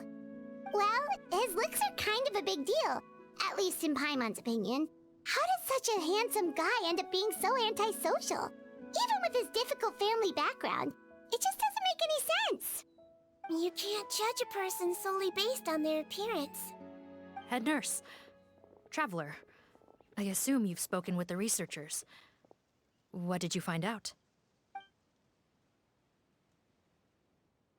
Bertram mentioned Rawat's involvement with some pharmaceutical merchants. Do you know if he's registered any pharmaceutical brands? Since he was a whistleblower on such a huge case, I ran a background check on him. I don't remember there being any brands under his name. How strange. If he was so focused on commercializing his research and averse to sharing his technology with others, why wouldn't he have registered his own brands? Maybe he and his business partners needed to avoid public scrutiny? You think he may have colluded with the gang? Well, the crime was manufacture and sale of drugs, and that would certainly be in his wheelhouse. We can't rule it out. Isn't that pretty unlikely, though? He was the one who blew the whistle on them! Most children who come to me with tooth decay have suffered pain for a long time already, but they'll still try to hide the fact that they eat too many sweets. Grown-ups and children aren't so different in that regard. If you say so. I saw him when he came to make his report, and I certainly didn't get the feeling that he was the type to collude with criminals. Perhaps it's more likely that they were coercing him. You mentioned that he comes from a poor family. So, it's possible that the criminals approached him asking for academic support, luring him in with the promise of riches. By the time he discovered who they really were, he was in too deep. They had leverage on him, so he was forced to keep working for them. I've seen it happen many times before. That does make a lot of sense. It would definitely explain why he was so unwilling to cooperate with his fellow researchers. No wonder he's so unsociable. He must be on edge all the time with a gang of crooks breathing down his neck. In that case, the situation could be worse than we thought. If Rawat was working with the escaped inmates, they're sure to know more about his whereabouts than us. Oh, there's a good chance they'll get to him before we do. Based on the information we've gathered so far, he was last seen 2 days ago. If no one's seen him since, maybe we're too late. 2 days ago? So he went missing right after that product promotion. That was the same day he reported the criminals, too. Not a good sign. Don't worry, everyone. I believe we still have a chance. Since he disappeared right after blowing the whistle, it's likely that he's gone into hiding. Yeah, he must have been worried that they'd come for him. All the more reason to find him as soon as possible. The only lead we have at the moment is his mother's house, which you mentioned earlier. Seath, think you can find the place? Yep. When you register a brand, the Court of Fontaine requires you to provide a legal address. The one Rawat wrote down was in the outskirts of the city. That should be the place. Okay, then there's no time to lose. Let's move.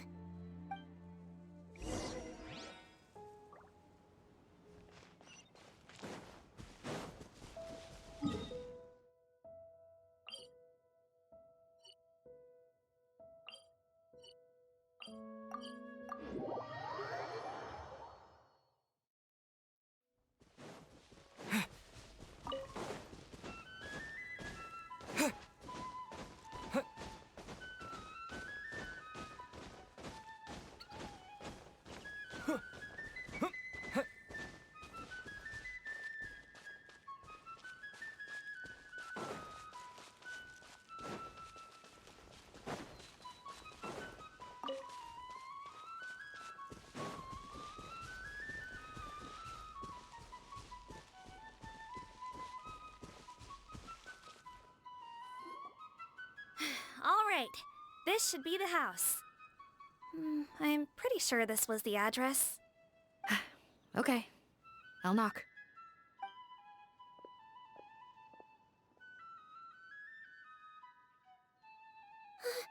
Sounds like whoever's inside has restricted mobility. Oh, it seems serious. What's the fastest way to get this door open? Break the door down?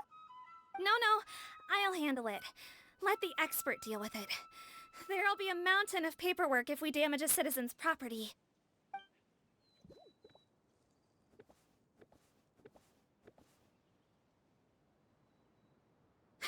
Calm down. Deep breaths. Remember your training. Control your strength. And... it's open! Seath, take a few people and lie in wait. Keep your eyes peeled for any activity around the house. The Traveler, head nurse, and I will go inside.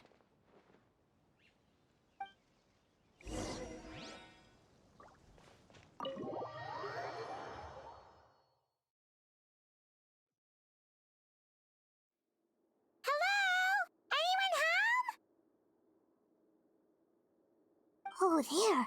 On the bed, there's an old lady. That's gotta be Rawat's mother, right? She doesn't look like she's in any state to be answering our questions, though.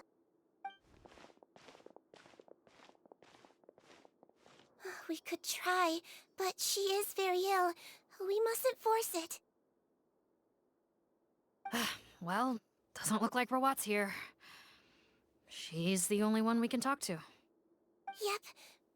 Allow me. Hello, ma'am. Might I ask if you're Rawat's mother?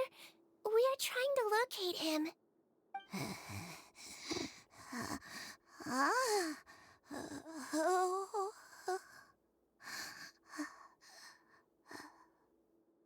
Hard of hearing, perhaps. Does anyone have a picture of Rawat? I have one here. I'd like to show you a photo, ma'am. Is this your son? Do you know where he is?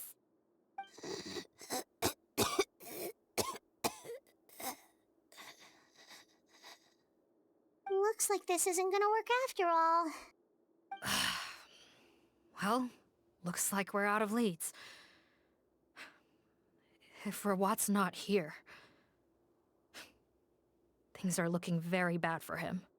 Is it possible he could have avoided returning here because he knew he'd be in danger? Maybe. But if so, where do we look next? Maybe we should take another look at the Institute. Yes, so. I suggest we all return there now. We found a good amount of useful information the first time, but perhaps there's something we missed. This is our last hope. Sorry, officer, but could I stay here for a while? This patient requires some care. Of course. Traveler, stay with the head nurse. You're technically here as her assistant after all. Also, I'd like some Marechaussee members to stay as well, and keep an eye on the area. Why's that? If Rawat knows how serious his mother's condition is, he will return. Got it. Okay. I'll tell the squad members in hiding to stay put and keep a lookout. Thanks for helping me out yet again, Traveler and Paimon. No problem. But when you say her condition is serious, do you mean... Yes. She's barely clinging on to life. Oh. Let me take care of a few things first. Could you pass me the towel over there? Yeah, of course.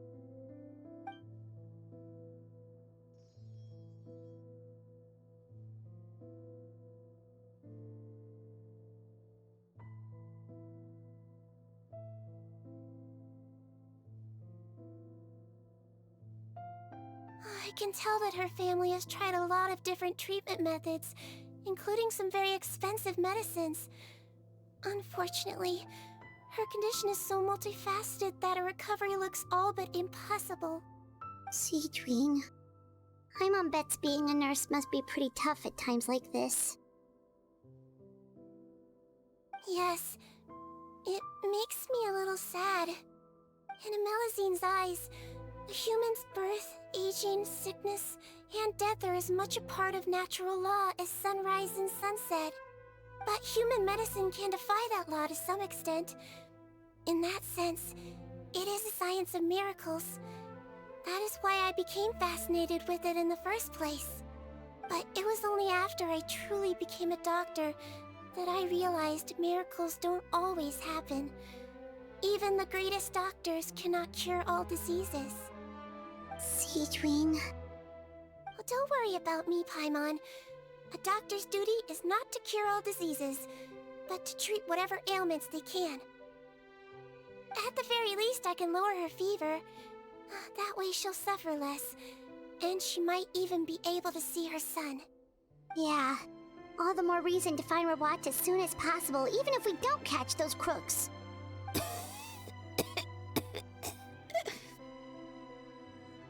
Oh, her fever is getting worse. Could I get some hot water? Sure, we're on the case.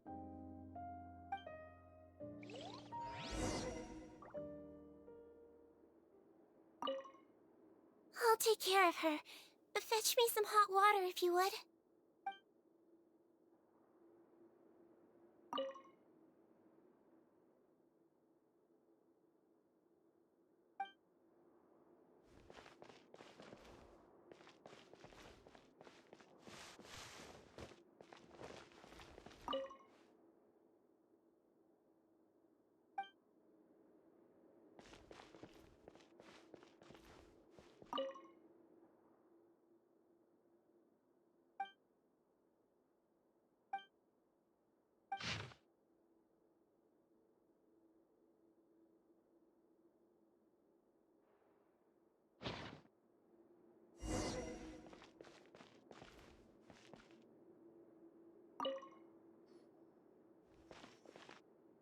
Found the hot water? Sure did. And look what else we found. Judging by this journal, it seems like Rawat has a private lab. There's a good chance he could be there right now. We gotta go tell Officer Morgan right away. Oh, that's great news. But hold on just a moment. The wet towel is ready. I'm giving you another injection. Are you feeling better now?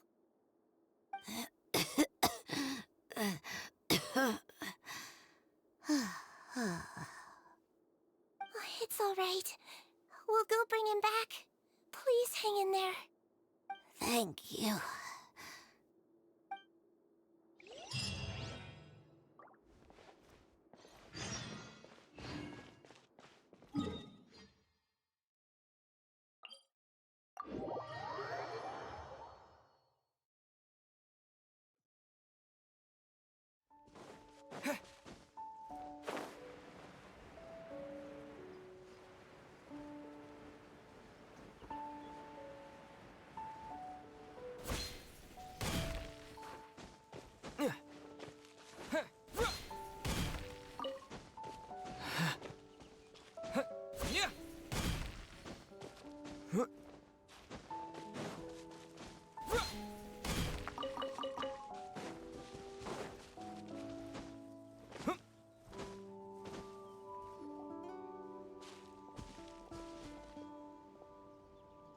It's Officer Morgan! They're already here!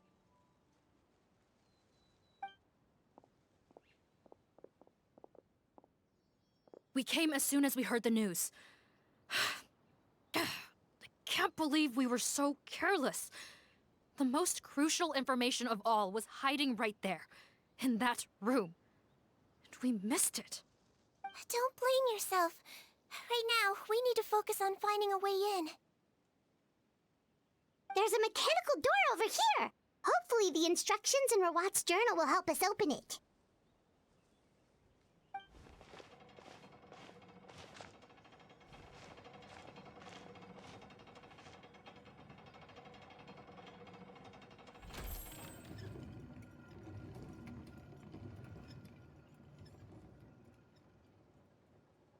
It's open. Let's go in.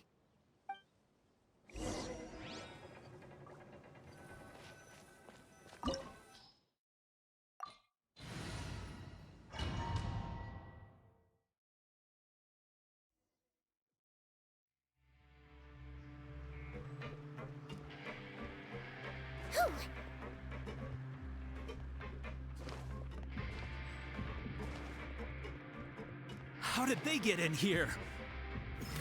Captain, up ahead! Those look like our fugitives! So they found this place too?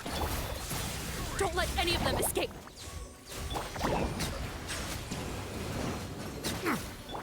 Yeah. Another test. That tingle? Should replace my hammer. That tingle? Floaty Floaty! Don't be nervous! Just relax!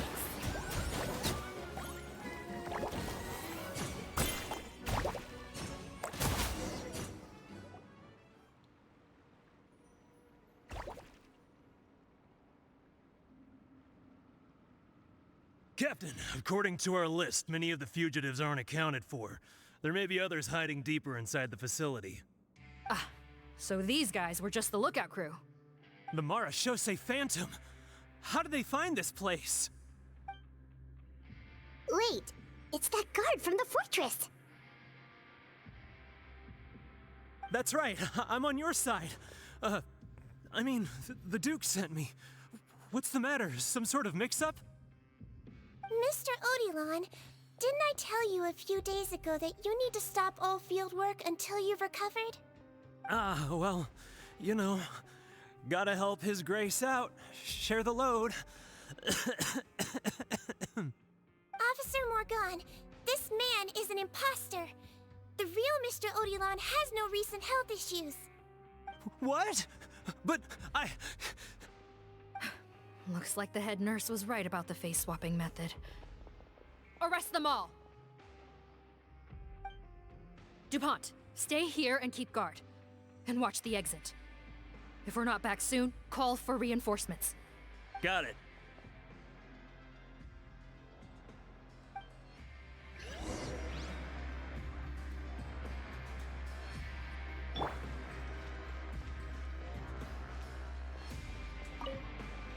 Don't worry, I got this covered.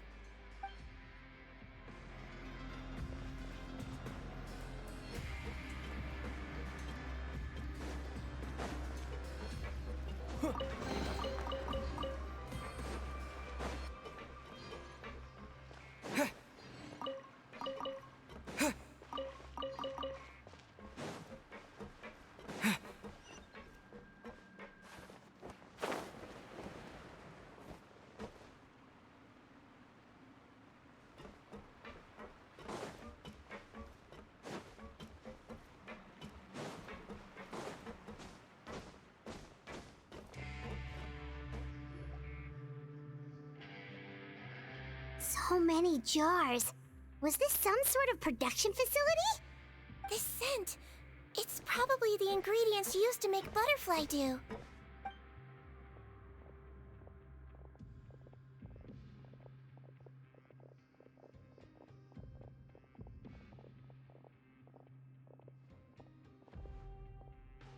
How come they're all empty? Did it sell so well that he ran out of supplies? How strange. Why would Rawat choose to manufacture a popular product like that in such a difficult-to-reach location? Given our suspicion that he may have been coerced into the illegal drug trade, I would have thought that any production facility we find here would be used for illicit purposes. Perhaps butterfly dew is itself an illegal drug. Do you have any evidence for that claim? No, just a guess. We need to find Rawat as soon as possible. He has all the answers we need. Understood. Well, let's not linger here. Let's go. Come on.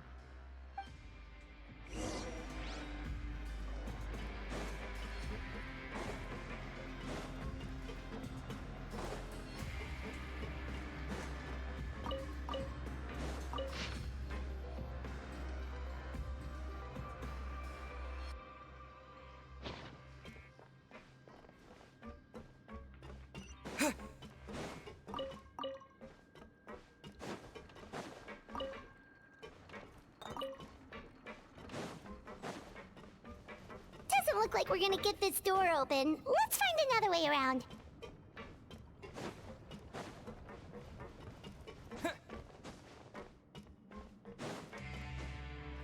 This one's closed too! What's with those carts and tracks? Oh, maybe it's one of those doors that opens when it senses cargo passing through. There's a loaded cart right over there.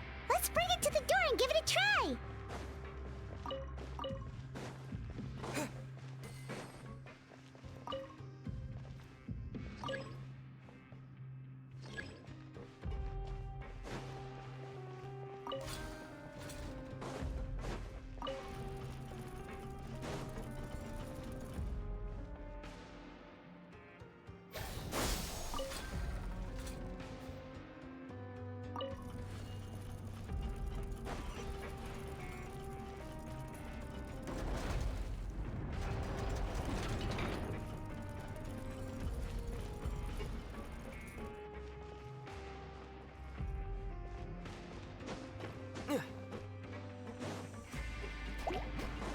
Terminate! Excuse me. Scatter!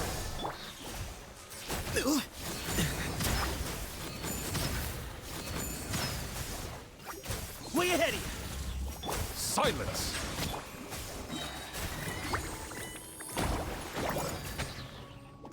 I swear, it's for medical research.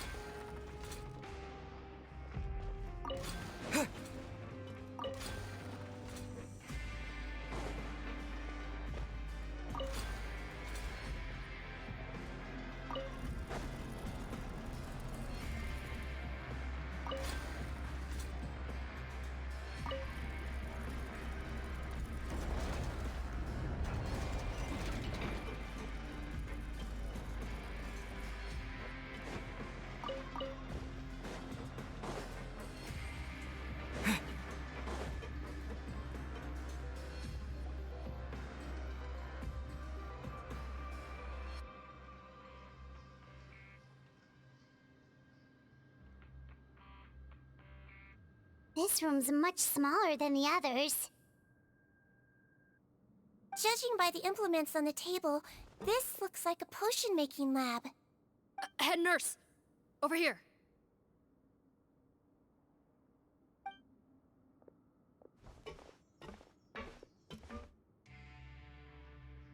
Let's see.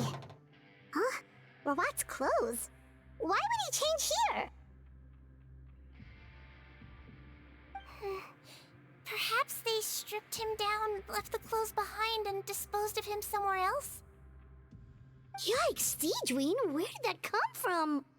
Oh, what a tragic way to go. Especially with such a bright future ahead of him.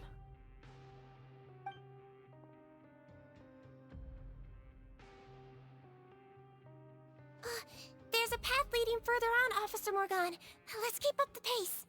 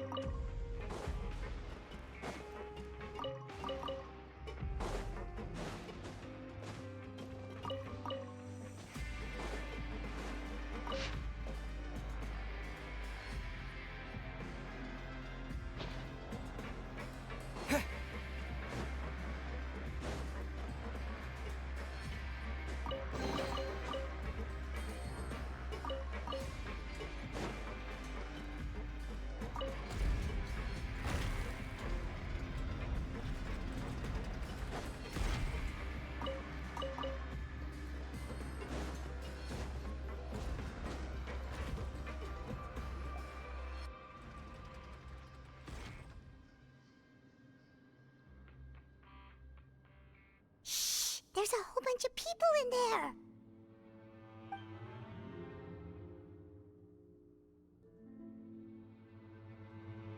Are you serious? You're telling us that within a day, our faces are going to rot like yours? Fontanian physiology changed dramatically after that great flood, and it's not as compatible with this face-changing solution as before. The side effects are as you can see. Why didn't you say anything before we all used it? Look, my plan got you all out of prison, didn't it? You'd have much bigger problems to worry about right now if the Marshal Say Phantom found out about your other crimes. Consider an ugly mug getting off lightly. Ugh. You're just lucky we didn't leave you in there after you disappeared on us with no warning. We only let it slide because we're former partners. And now you have the gall to pull a stunt like this? Partners? Make no mistake, each of us is only looking out for himself. If you place too much trust in others, well, I'm afraid that's your problem.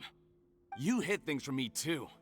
Remember how you each had a spare potion? You kept quiet about it until we planned the prison break? Oh, and you didn't have a secret spare? Then do you want to explain how you melted your face off before all this? Guys, that's enough. Calm down. It is what it is. Arguing won't change anything. What's the plan, Parton? I'm assuming you brought us here for a reason? There is no plan. We followed him here on the promise of more juice, but it turns out there ain't a drop here. Besides, what does it matter now anyway? He already said, even if we did get our hands on more of that stuff, switching faces again solves nothing. They're still gonna melt off eventually. I said enough arguing! Parton, tell us the plan. The most practical solution is to continue using the potion. Keep switching to a new face before the ulcers can start forming. Are you kidding me? This stuff was hard enough to get a hold of even when we had a supply. Now you're asking us to use it like skin lotion, after the flood all but wiped the supply out? Well, there is another option. But you'll have to make a deal with me first. Okay, now we're talking. What's the deal? I have a document I took from that researcher that details how to make a replacement. Just give me one bottle of the undiluted fluid, and I'll get to work. What's the problem? I thought you always kept reserves.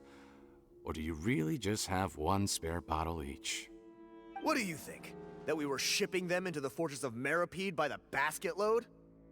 Well then, say hello to never showing your marred faces in public again. Ugh, I've heard enough! Get him! Let's see if that document even exists!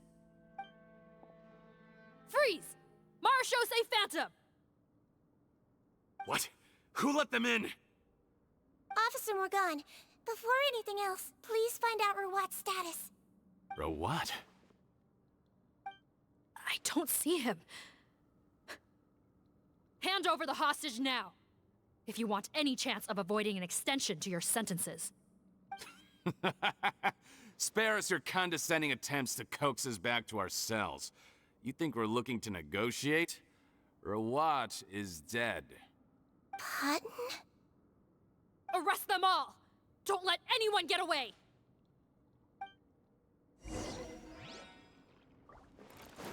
Propagate! Yeah. Thou justice is silence! The doctor will see you now. Sir!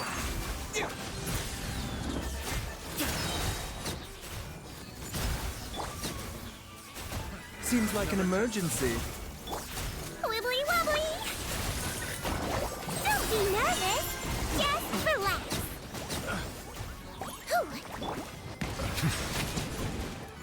Scatter! Spring forth! Excuse me? Mind the side effect. Let's blow bubbles! I swear it's for medical research.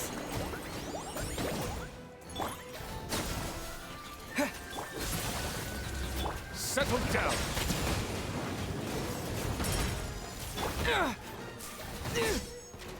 Propagate! Germinate! Way ahead of you! Wibbly wobbly! You might feel a little prick. Don't slip. Excuse me? Whoa!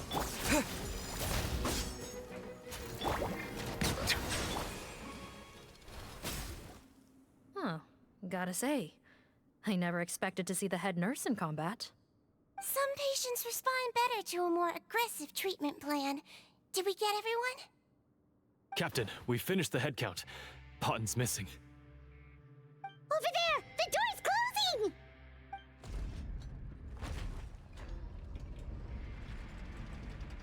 closing! One group trying to arrest me, another trying to hunt me down. Good. I gotta kill two birds with one stone. How did he get up there? There must be a secret passage somewhere. Find it! Don't waste your energy. I already sealed it off. How naive. We have more people outside. If we're not back out by the agreed time, they'll come to our rescue. Well then, you'd better hope they get here in time.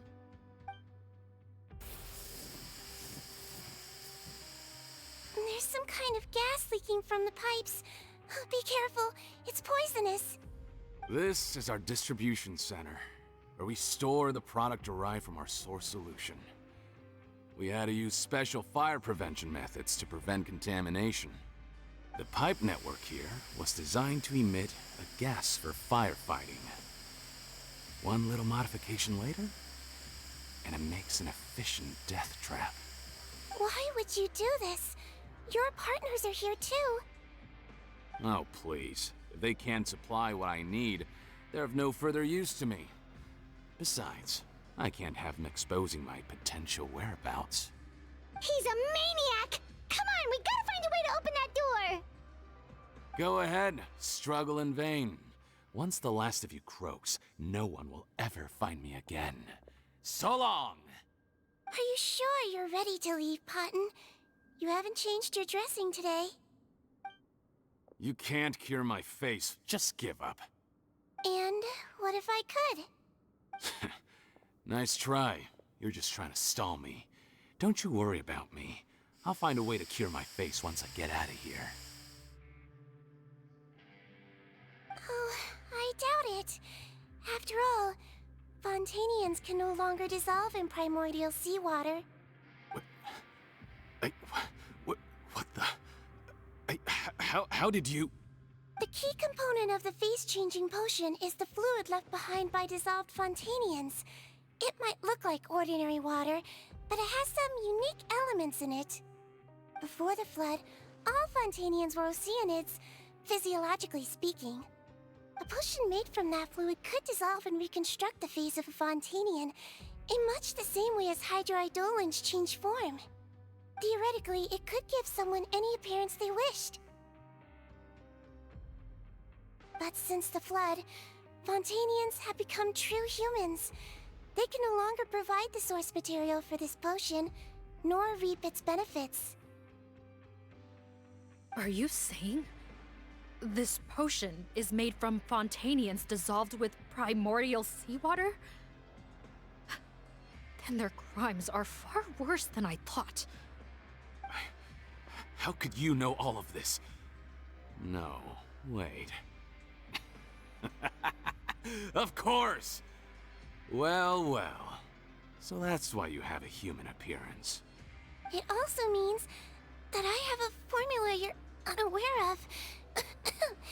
The air's getting thicker.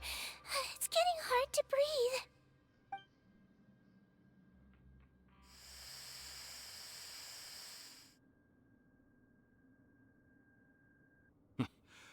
I might get to make a deal today after all. Alright, keep talking. How do you intend to give me the formula? Oh, it's not a formula, but a finished product. I have a bottle of it right here. What? When I tried Rawat's skincare product, I noticed it had a certain special component in it. So I had my friends gather some other ingredients for me, and sure enough, a little experimenting later, I'd produced the potion. I'm guessing his skincare lotion contains the fruits of your joint research? Huh. Impressive guesswork. Yeah, we were a supplier for some of the raw ingredients. But it only contains a tiny amount of the active ingredient. The effect is minuscule compared to the undiluted fluid. Well, I found a way to reverse the dilution process, giving the skincare lotion a similar effect to the fluid it is derived from. That's impossible. If I tell you some of the ingredients, I think you can figure it out. First, you need to combine tainted hydrophantasm tissue with transoceanic pearls at a ratio of around 3 to 7. Tainted hydrophantasms and transoceanic pearls. I see. Can't believe I never thought of that. So, can we make a deal? Sounds good to me. There's a delivery pipeline beneath this window. Drop the potion in, and I'll release you all. Nope, not trusting you that easily. You're like those naughty kids who try to hide their illness. Open the sluice gate first, then I'll hand you the potion. Even if you're not bluffing, your potion won't cure my face permanently. You really think you have any leverage here? I'm not closing the valve this time. Clock's ticking. Fine, then I'll just stand here with the potion in my hand. And when I faint from the poison, I'll drop it and it'll be destroyed. No.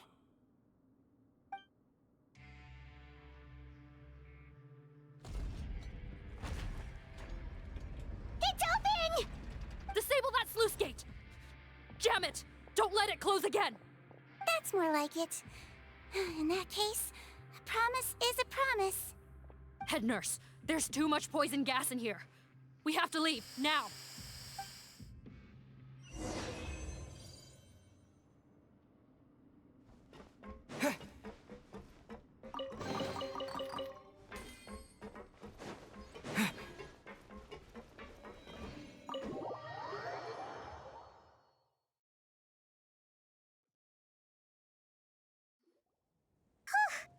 That was too close. That button is a real nasty piece of work. Oh, don't be too quick to sit down. Moving around a little will help relieve the soreness. Same goes for you, Traveler. Oh, but Paimon, you should be fine, right? Flying fast is pretty tiring too, actually. Anyway, that's not important right now. Paimon's still shocked to learn that there's a whole criminal operation going on behind that skincare lotion. Shame I ended up giving the improved version to Potton after finally making it for you. I'll make you some more, I promise. No, please don't. Paimon doesn't want to use that stuff anymore. Still, it was a pretty good job that Paimon wanted to buy some in the first place, huh? It ended up saving everyone's lives. That's gotta count for something. Yeah, Paimon was just kidding. Head nurse, I've done a final head count of our team and the criminals. Everyone's here and doing fine. We're ready to escort the fugitives back to the fortress of Meripede. It's a shame that we didn't find Rawat. At this point, I'm afraid he's probably deceased. What a horrible bunch. Especially that Potton guy. If he hadn't made good on that deal, we'd all be dead because of him. No, we wouldn't. I always keep a whole bunch of antidotes on me for emergencies, and one of them neutralizes that poison gas. We'd have been fine, even if you hadn't opened the gate. What? Then why did you give him the potion? If this is true, I must concur. Sorry to be blunt, but I think you made a bad decision by handing him that bottle. If he changes his appearance and flees Fontaine, it's unlikely that we'll ever find him. No matter how cooperative his accomplices are when we question them. No, you don't understand. I gave him the potion precisely so we could be sure where he'll go next. What do you mean? We gotta hurry. She won't last much longer.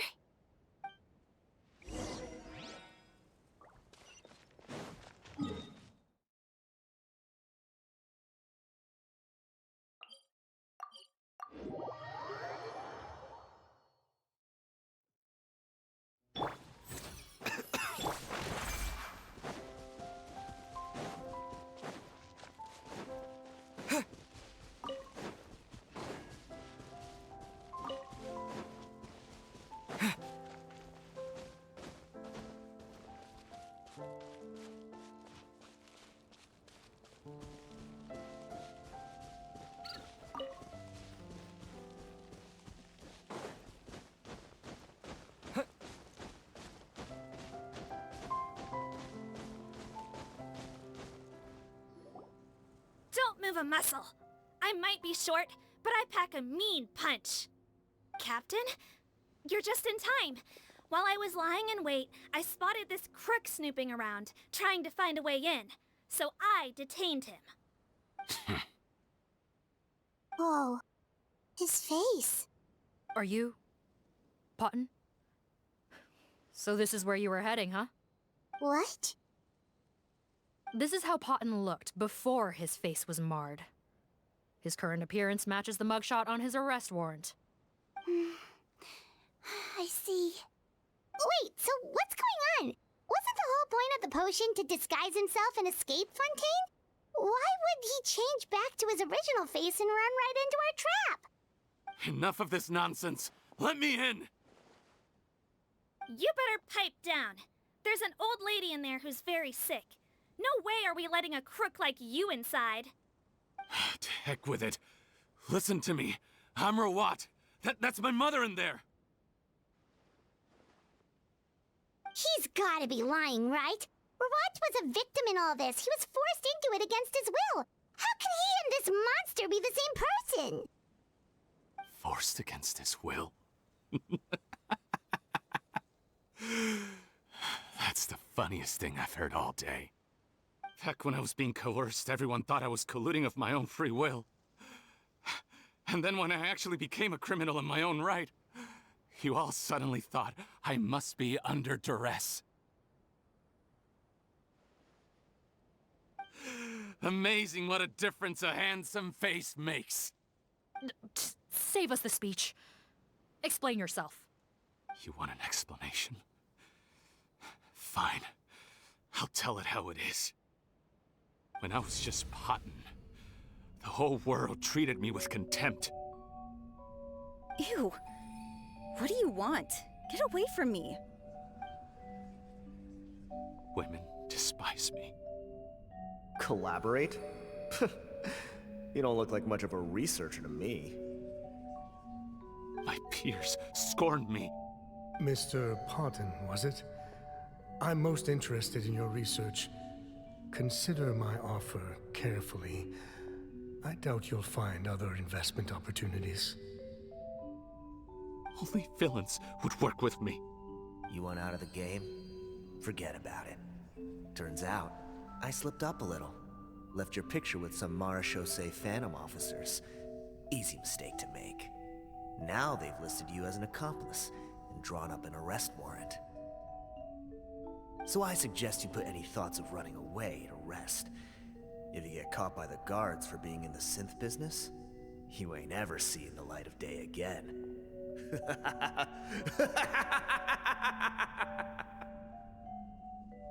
was no way out for me. Until I could stop being Potton. Mr. Rawat, I have something I'd like to tell you. I became popular with women. This new potion you developed is fascinating. Genius, in fact. Would you consider working with me?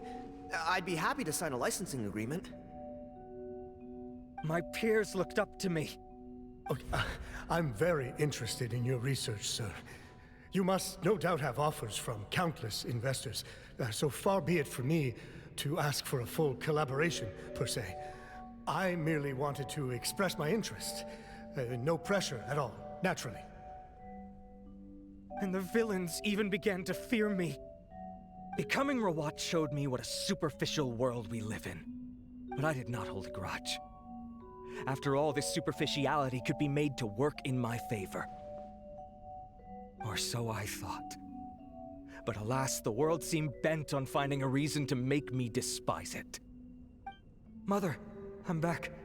How are you doing? Who are you? I bought the best medicine Mora could buy, but nothing would cure her illness. In the end, I hoped she'd at least be able to see her son one last time before she passed, but when everyone else rejected me, the only person who cared about me was my mother. Then, when I became a rising star in the Fontaine Research Institute, I was unrecognizable to her. I have to let her see me again. Even if it means donning my own wretched, ugly face. Well, is that enough explaining for you? Now do you understand? Let me inside already! Have you ever considered if you'll even be able to look your mother in the eyes after what you've done? You found a way to completely change your identity. You could easily have escaped from them. But no, you chose to keep working with them. Why would I want to give up on such a lucrative business? The profits were dozens of times that of the synth business, and it was all above board.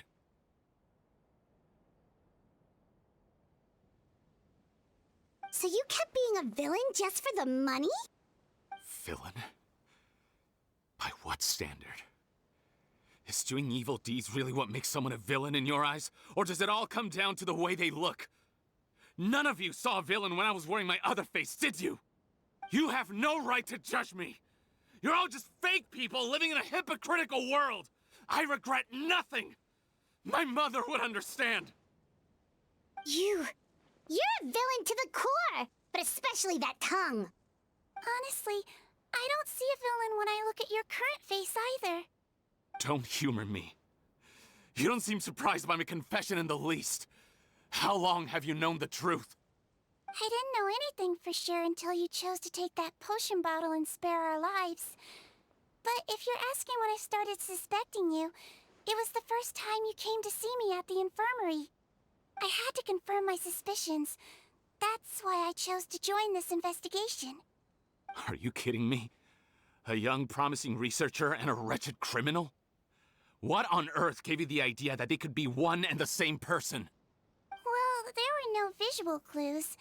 This potion's face-changing effects are very powerful. Even as a Melazine, I couldn't see through the disguise. But I believe I understand humanity a little better than most of my kind. Humans have certain fundamental qualities that do not change with their appearance. Fundamental qualities, huh? So you think you're the one who's seen through me, do you? Most people probably don't know this, but I think I can guess what your deal is. Melazine constitutions are very close to that of water, so it stands to reason that the potion should work on them too. You use it yourself, didn't you? That's why you have a human appearance. Sigewinne? Yes, you're right.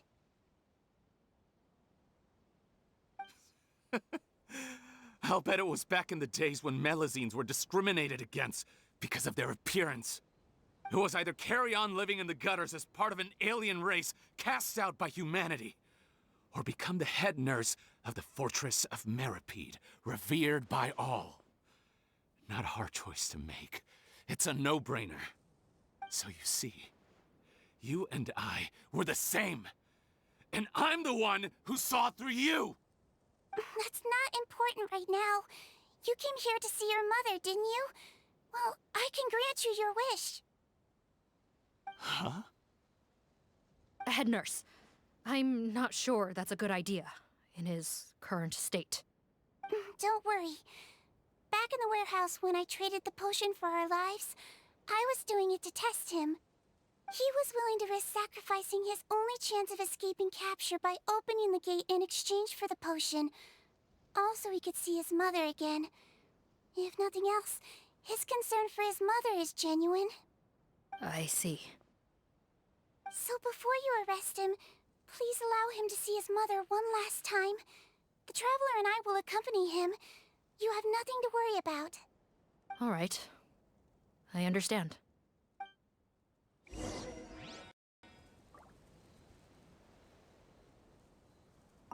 I don't trust this guy much. Be careful. Join the head nurse inside. If he tries anything at all, shout.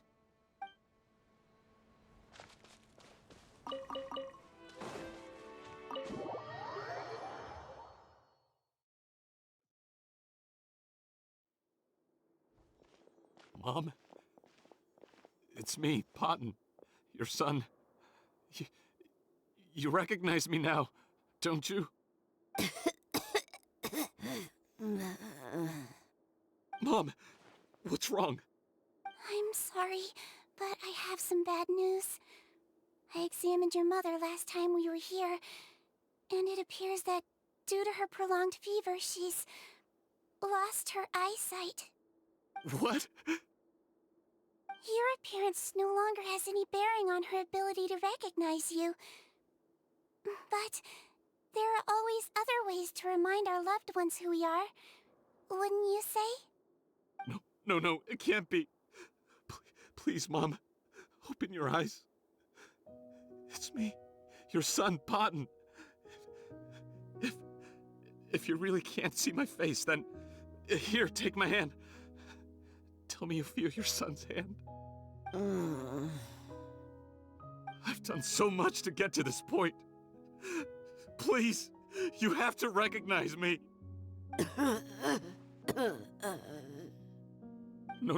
No. The temperature of his palm must have changed. I'm sorry. It seems I couldn't bring him back to you after all.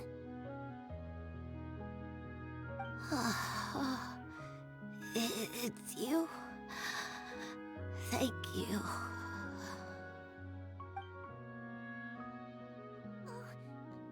Of course.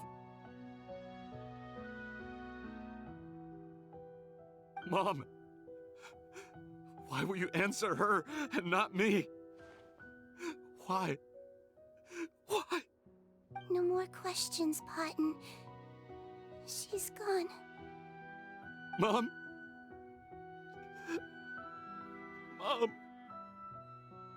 I'm sorry to say this, Potton, but you and I are not the same.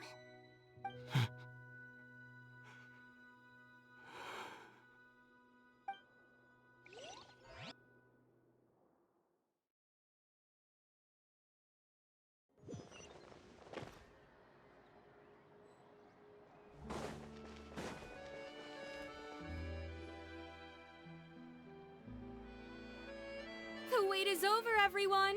The sale of our new skincare product, Romaritime Essence, will now begin.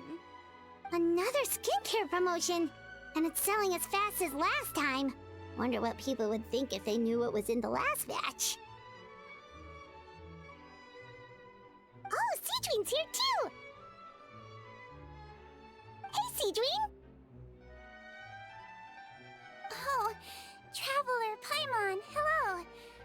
Oh, I hope you two got a good rest yesterday after all your hard work. Of course! Nurse's orders, right? Anyway, are you here to take notes for your next article? Actually, I'm mostly here to help Officer Morgan wrap up yesterday's case. Ah, that reminds Paimon. That stuff sold like crazy, didn't it? Is it gonna cause huge problems? Nope, there's nothing to worry about. Unless modified, Butterfly Dew is an excellent skincare product that's completely safe to use.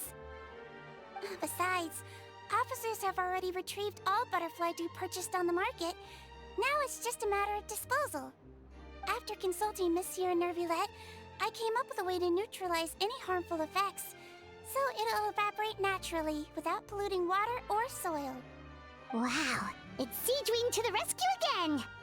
Thank you for serving as our consultant, head nurse. All the butterfly dew we recovered has been disposed of, according to your instructions. Great! Good job, everyone! Also, you mentioned you wanted a copy of Rawat's interrogation records. Well, technically, Potton's records. Anyway, I have them with me. Here. After he saw his mother for the last time, it was like all his mental defenses came crashing down. He put up no resistance during the interrogation, and answered all our questions. We learned a lot. Apparently, the formula was something he discovered by chance while helping the criminal gang produce synth. Later, he came up with the idea to dilute it and use the resulting substance as a skincare product. Their supplier was Vache. But you could also argue that they were the ones doing him a favor. His operation helped Vache's gang dispose of an enormous amount of evidence. It made for a seamless collaboration. One man's trash was another man's treasure, and there were no loose ends. It's no wonder we never noticed what Potton's gang was up to. Vache again, huh? Is there still no end to the harm he caused? Make no mistake, the crimes of Vache and his accomplices will come to an end. It's only a matter of time. Since the flood cut off their supply of primordial seawater, they've been forced to resort to riskier methods, like using their private reserve to attack people on the street. Naturally, those attempts all ended in failure. After receiving numerous reports, we were able to zero in on the gang and eventually round them up. That sounds more like it. Based on what he told us in his confession, we pretty much had him backed into a corner. even though he made a point of distancing himself from the gang while disguised as Rawat. He tried to throw us off his tail by reporting his accomplices, giving him enough time to transform back into Potton and see his mother one last time. But there was one thing he hadn't anticipated. Even though Potton had been missing for a long time, we were very much still on the lookout for him. So the moment he appeared in public after changing back to his original appearance, we caught him. So he tried this once before, huh? Guess he really did want his mother to see him again. But in the end... Looking at the interrogation records, it seems like he spent the first sum of money he earned as Rawat on his mother's treatment. Yes, which is why I suspect that his initial motive for using the potion was not personal greed, but a desire to become somebody who had the power to save her. Even so, he went too far. In the end, he got what he deserved. I understand. Thank you for bringing me these records. Why did you want them anyway? Potton was one of my patients, so I need to put together a medical file for him. My teacher always stressed that a person's life experiences are just as important to their file as their medical history. Why are you still treating him like your patient? Isn't he kind of beyond redemption now? That may be true, but a patient is a patient, regardless of the choices that bring them to my care. One last thing, head nurse. Please keep everything you know about this potion a secret. It would be for the best if most of Fontaine knows nothing of its existence. I know my fellow officers and I will be able to sleep easier if that's the case. Of course. Not to worry. Thank you for understanding. I'll take my leave then. So, sigewinne, did you really use that potion yourself? Why do you sound so surprised, Paimon? I told you all about it. It was quite a while ago now. You mean that story about the witch and the potion? So it was really, actually, genuinely a true story? Yes, it really actually genuinely was. But... I know. There are some secrets I can't tell anyone about. But considering everything we've been through together, I know I can trust you with them. Before I tell you though, could you follow me somewhere? I want to pay my respects to an old friend. Of course!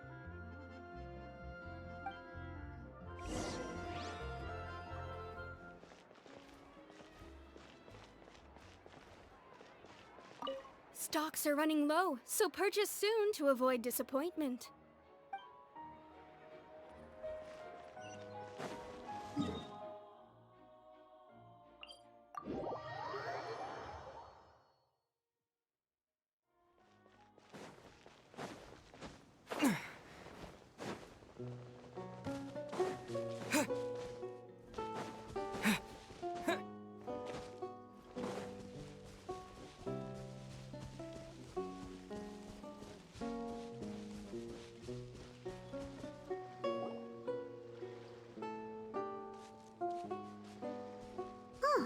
Nervalet and Risley, they're here too!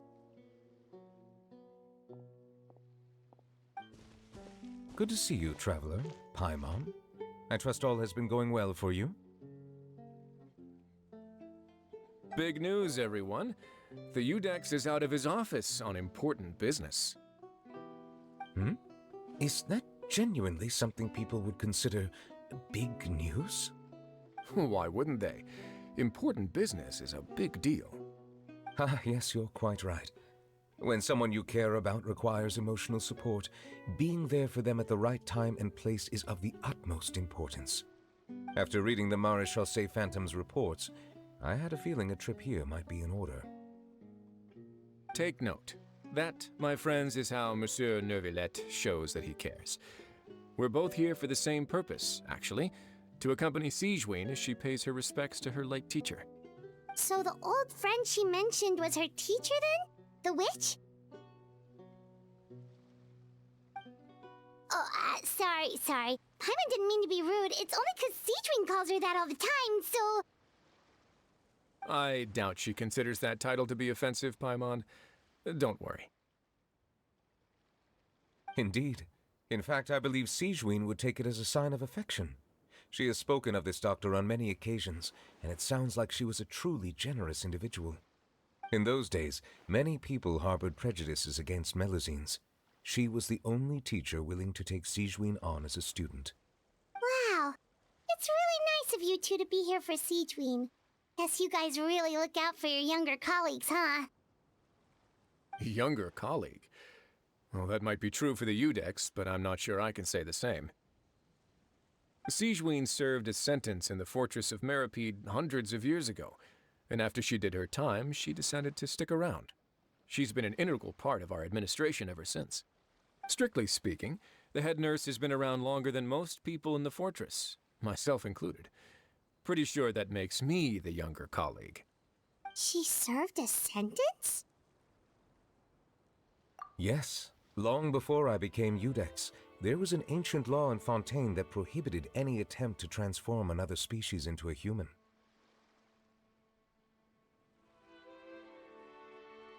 Initially, I and most researchers believed this law to have been imposed due to ethical concerns. But now, it seems more likely that the law was nothing more than an insurance policy, a way for Egeria to ensure that her people would remain insulated from the truth, thus enabling them to lead more straightforward, happier lives. Ignorance is bliss, as they say. Sigewinne had her reasons for choosing to obtain a human form, but the act was nonetheless in clear violation of the law. Could you tell us a little bit more about what happened back then? Certainly. Sigewinne does not object to her close friends learning about her history. In fact, I first learned of it myself because she confessed the truth to me of her own volition.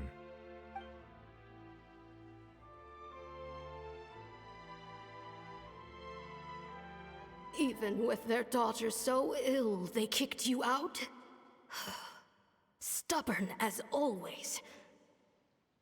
And prejudice isn't a disease I can cure either.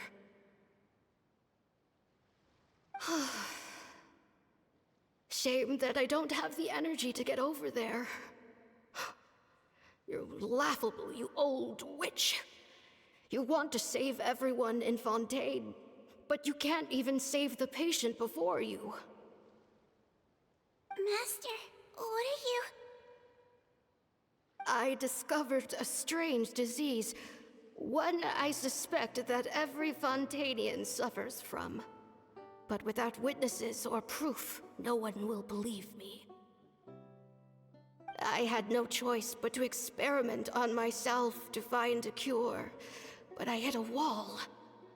And as you can see, it took a wretched toll on me.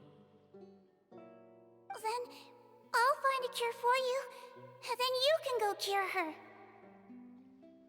There's no need.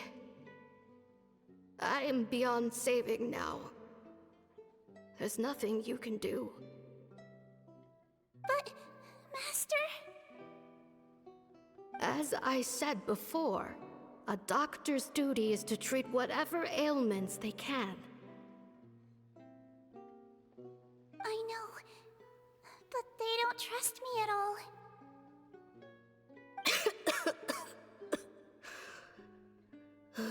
That girl. She's your first ever patient, isn't she? Tell me, what cost are you willing to bear to see her cured? I'll do whatever it takes. Even if it means breaking the law and being punished for it? As long as I don't hurt anyone. Yes.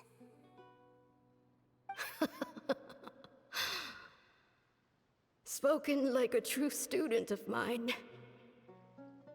Then I shall make one more final gamble. And see my experiment through to its end. Leave me for now, and come back in 2 hours.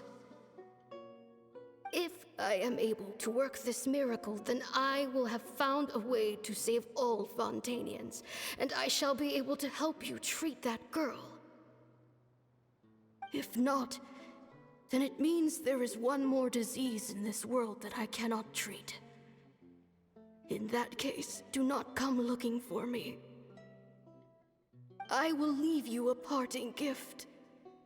An accidental discovery happened upon through my study of this strange disease. It has little use, but it will at least help you cure this one patient you can reach.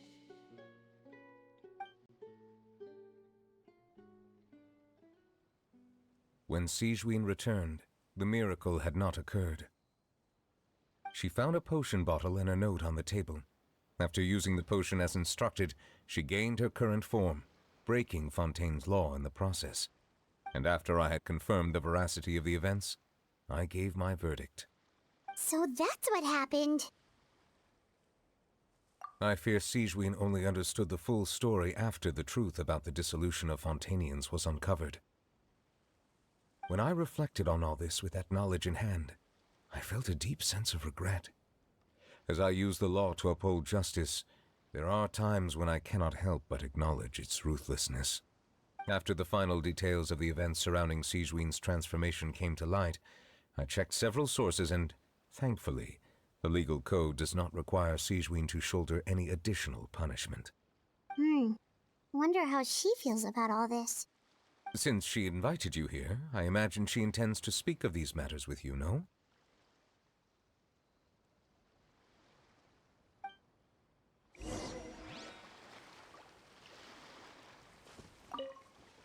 On behalf of the Maréchal Phantom, I would like to once again thank the Fortress of Meripede for your assistance in the response to yesterday's prison break.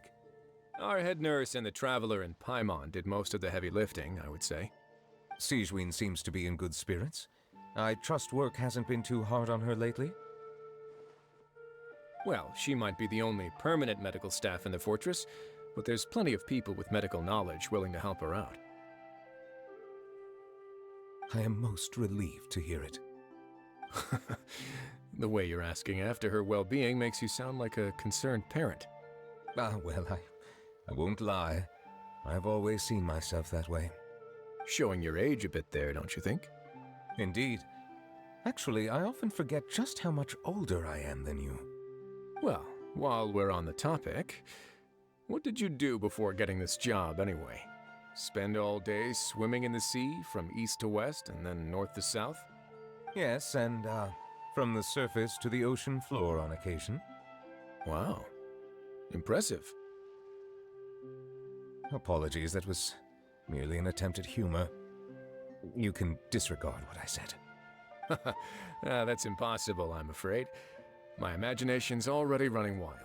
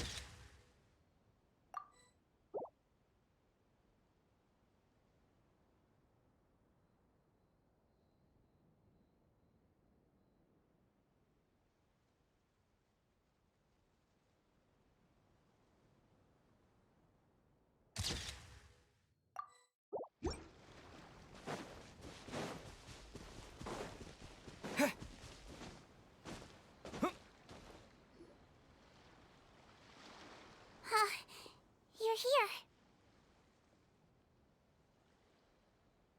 The old friend I mentioned was my teacher.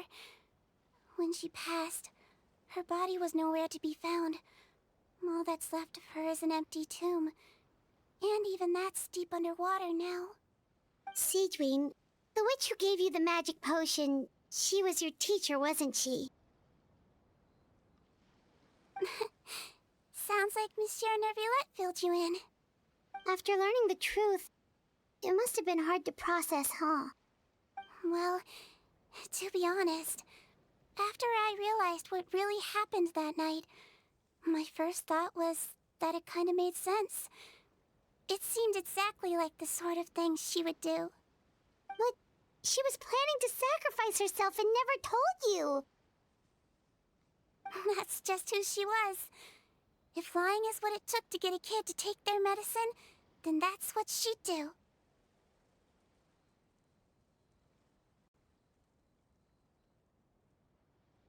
All right, but why did you turn yourself in? I broke the law, simple as that. My teacher made her choice, and I made mine. True. It's just the way Potton framed it when he was asking you all those questions, it made Paimon really mad. You're not like him at all, and everything Neuvillette said confirms that. And yet, you were still convicted and thrown in prison. It just feels so unfair. Unfair? I happen to think just the opposite. If I hadn't served that time, I'm not sure I would have been able to stay strong when he was questioning me. Well, what makes you say that? I knew you'd be curious. Let me tell you a story.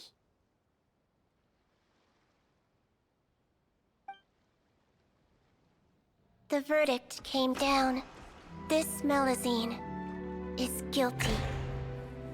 The Iudex defended the authority of Fontaine law, but he did not confiscate the Melusine's medical kit. And so, the Fortress of Meripede gained a new little doctor. She still wore her hood and raincoat, even though it never rained in the fortress. Perhaps thanks to her human appearance, no one refused her treatment. She treated more and more patients, and her sentence grew ever shorter. Finally, the people of the fortress could not live without her, and though her sentence ended, she did not leave them either. Then one day, she received an invitation from the outside world. The location seemed familiar, and when she arrived, an old lady was waiting for her. She saw right through the Melusine's disguise, but didn't reveal it. Instead, she asked a question. Tell me, why do you think you gained the respect of so many people, despite being a Melusine? Because I look like a human? It's been 50 years, Sigewinne, and you haven't aged a day. I think everyone knows you are not human. I finally found you, after all these years. I still remember, you know. It was you who saved me that night. But how? I was no longer a Melusine by then. Does it really matter if you're human or Melusine? I remember the warmth of your palm. It's quite unmistakable. And you know what? It hasn't changed one bit. You don't have to hide anymore, Sigewinne. These days, everyone wants to make friends with Melusines. And I think that it's all because of you. I'm sorry I couldn't say this until now, but thank you, Dr. Melusine. Now that's an ending Paimon can get behind. After hearing everything Potton said, I wanted to tell him that it didn't matter who he looked like on the outside. But it was too late. The warmth in his palm had already disappeared. I tried to treat him, but the roots of his problem had nothing to do with his face.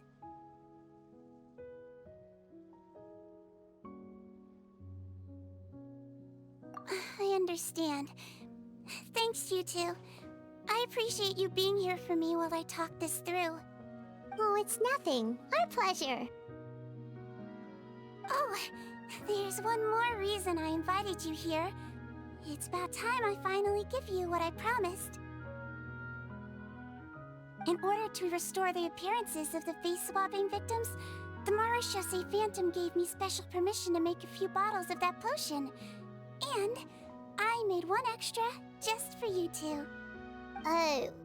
We don't need it though. Shouldn't we destroy it? Well, even if you chose to destroy it, I still thought I should give it to you first. You two did so much for me. How could I break my promise? Well, fair enough, but anyway, Paimon's definitely not interested in this stuff anymore. Still, if this is the very last bottle in all of Teyvat, getting rid of it would feel like kind of a waste. Maybe we can give it a special meaning somehow. Oh! Paimon's got it! Melusine physiology wasn't affected by the Great Flood, right? So that means the potion should have a permanent effect on you. In that case, what do you say, sigewinne? Ever thought about transforming back to the way you used to look? After all, from a Melusine point of view, Paimon bets Melusines look the cutest of all! Paimon, after everything, do you really think it matters whether I'm Melusine or a human? Well... What was Paimon thinking? You made up your mind a long time ago! Yeah, let's just destroy this thing. Leave it to me.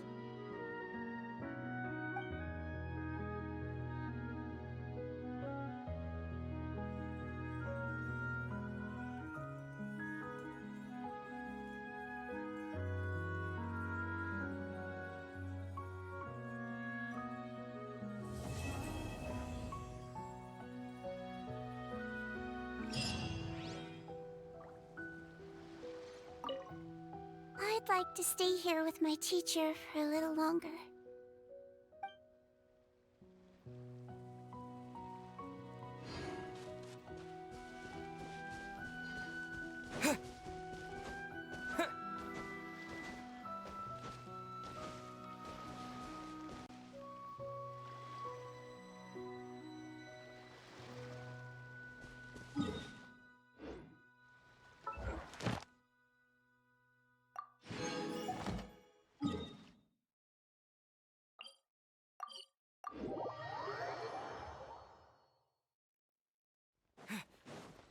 Ad Astra. Thank you for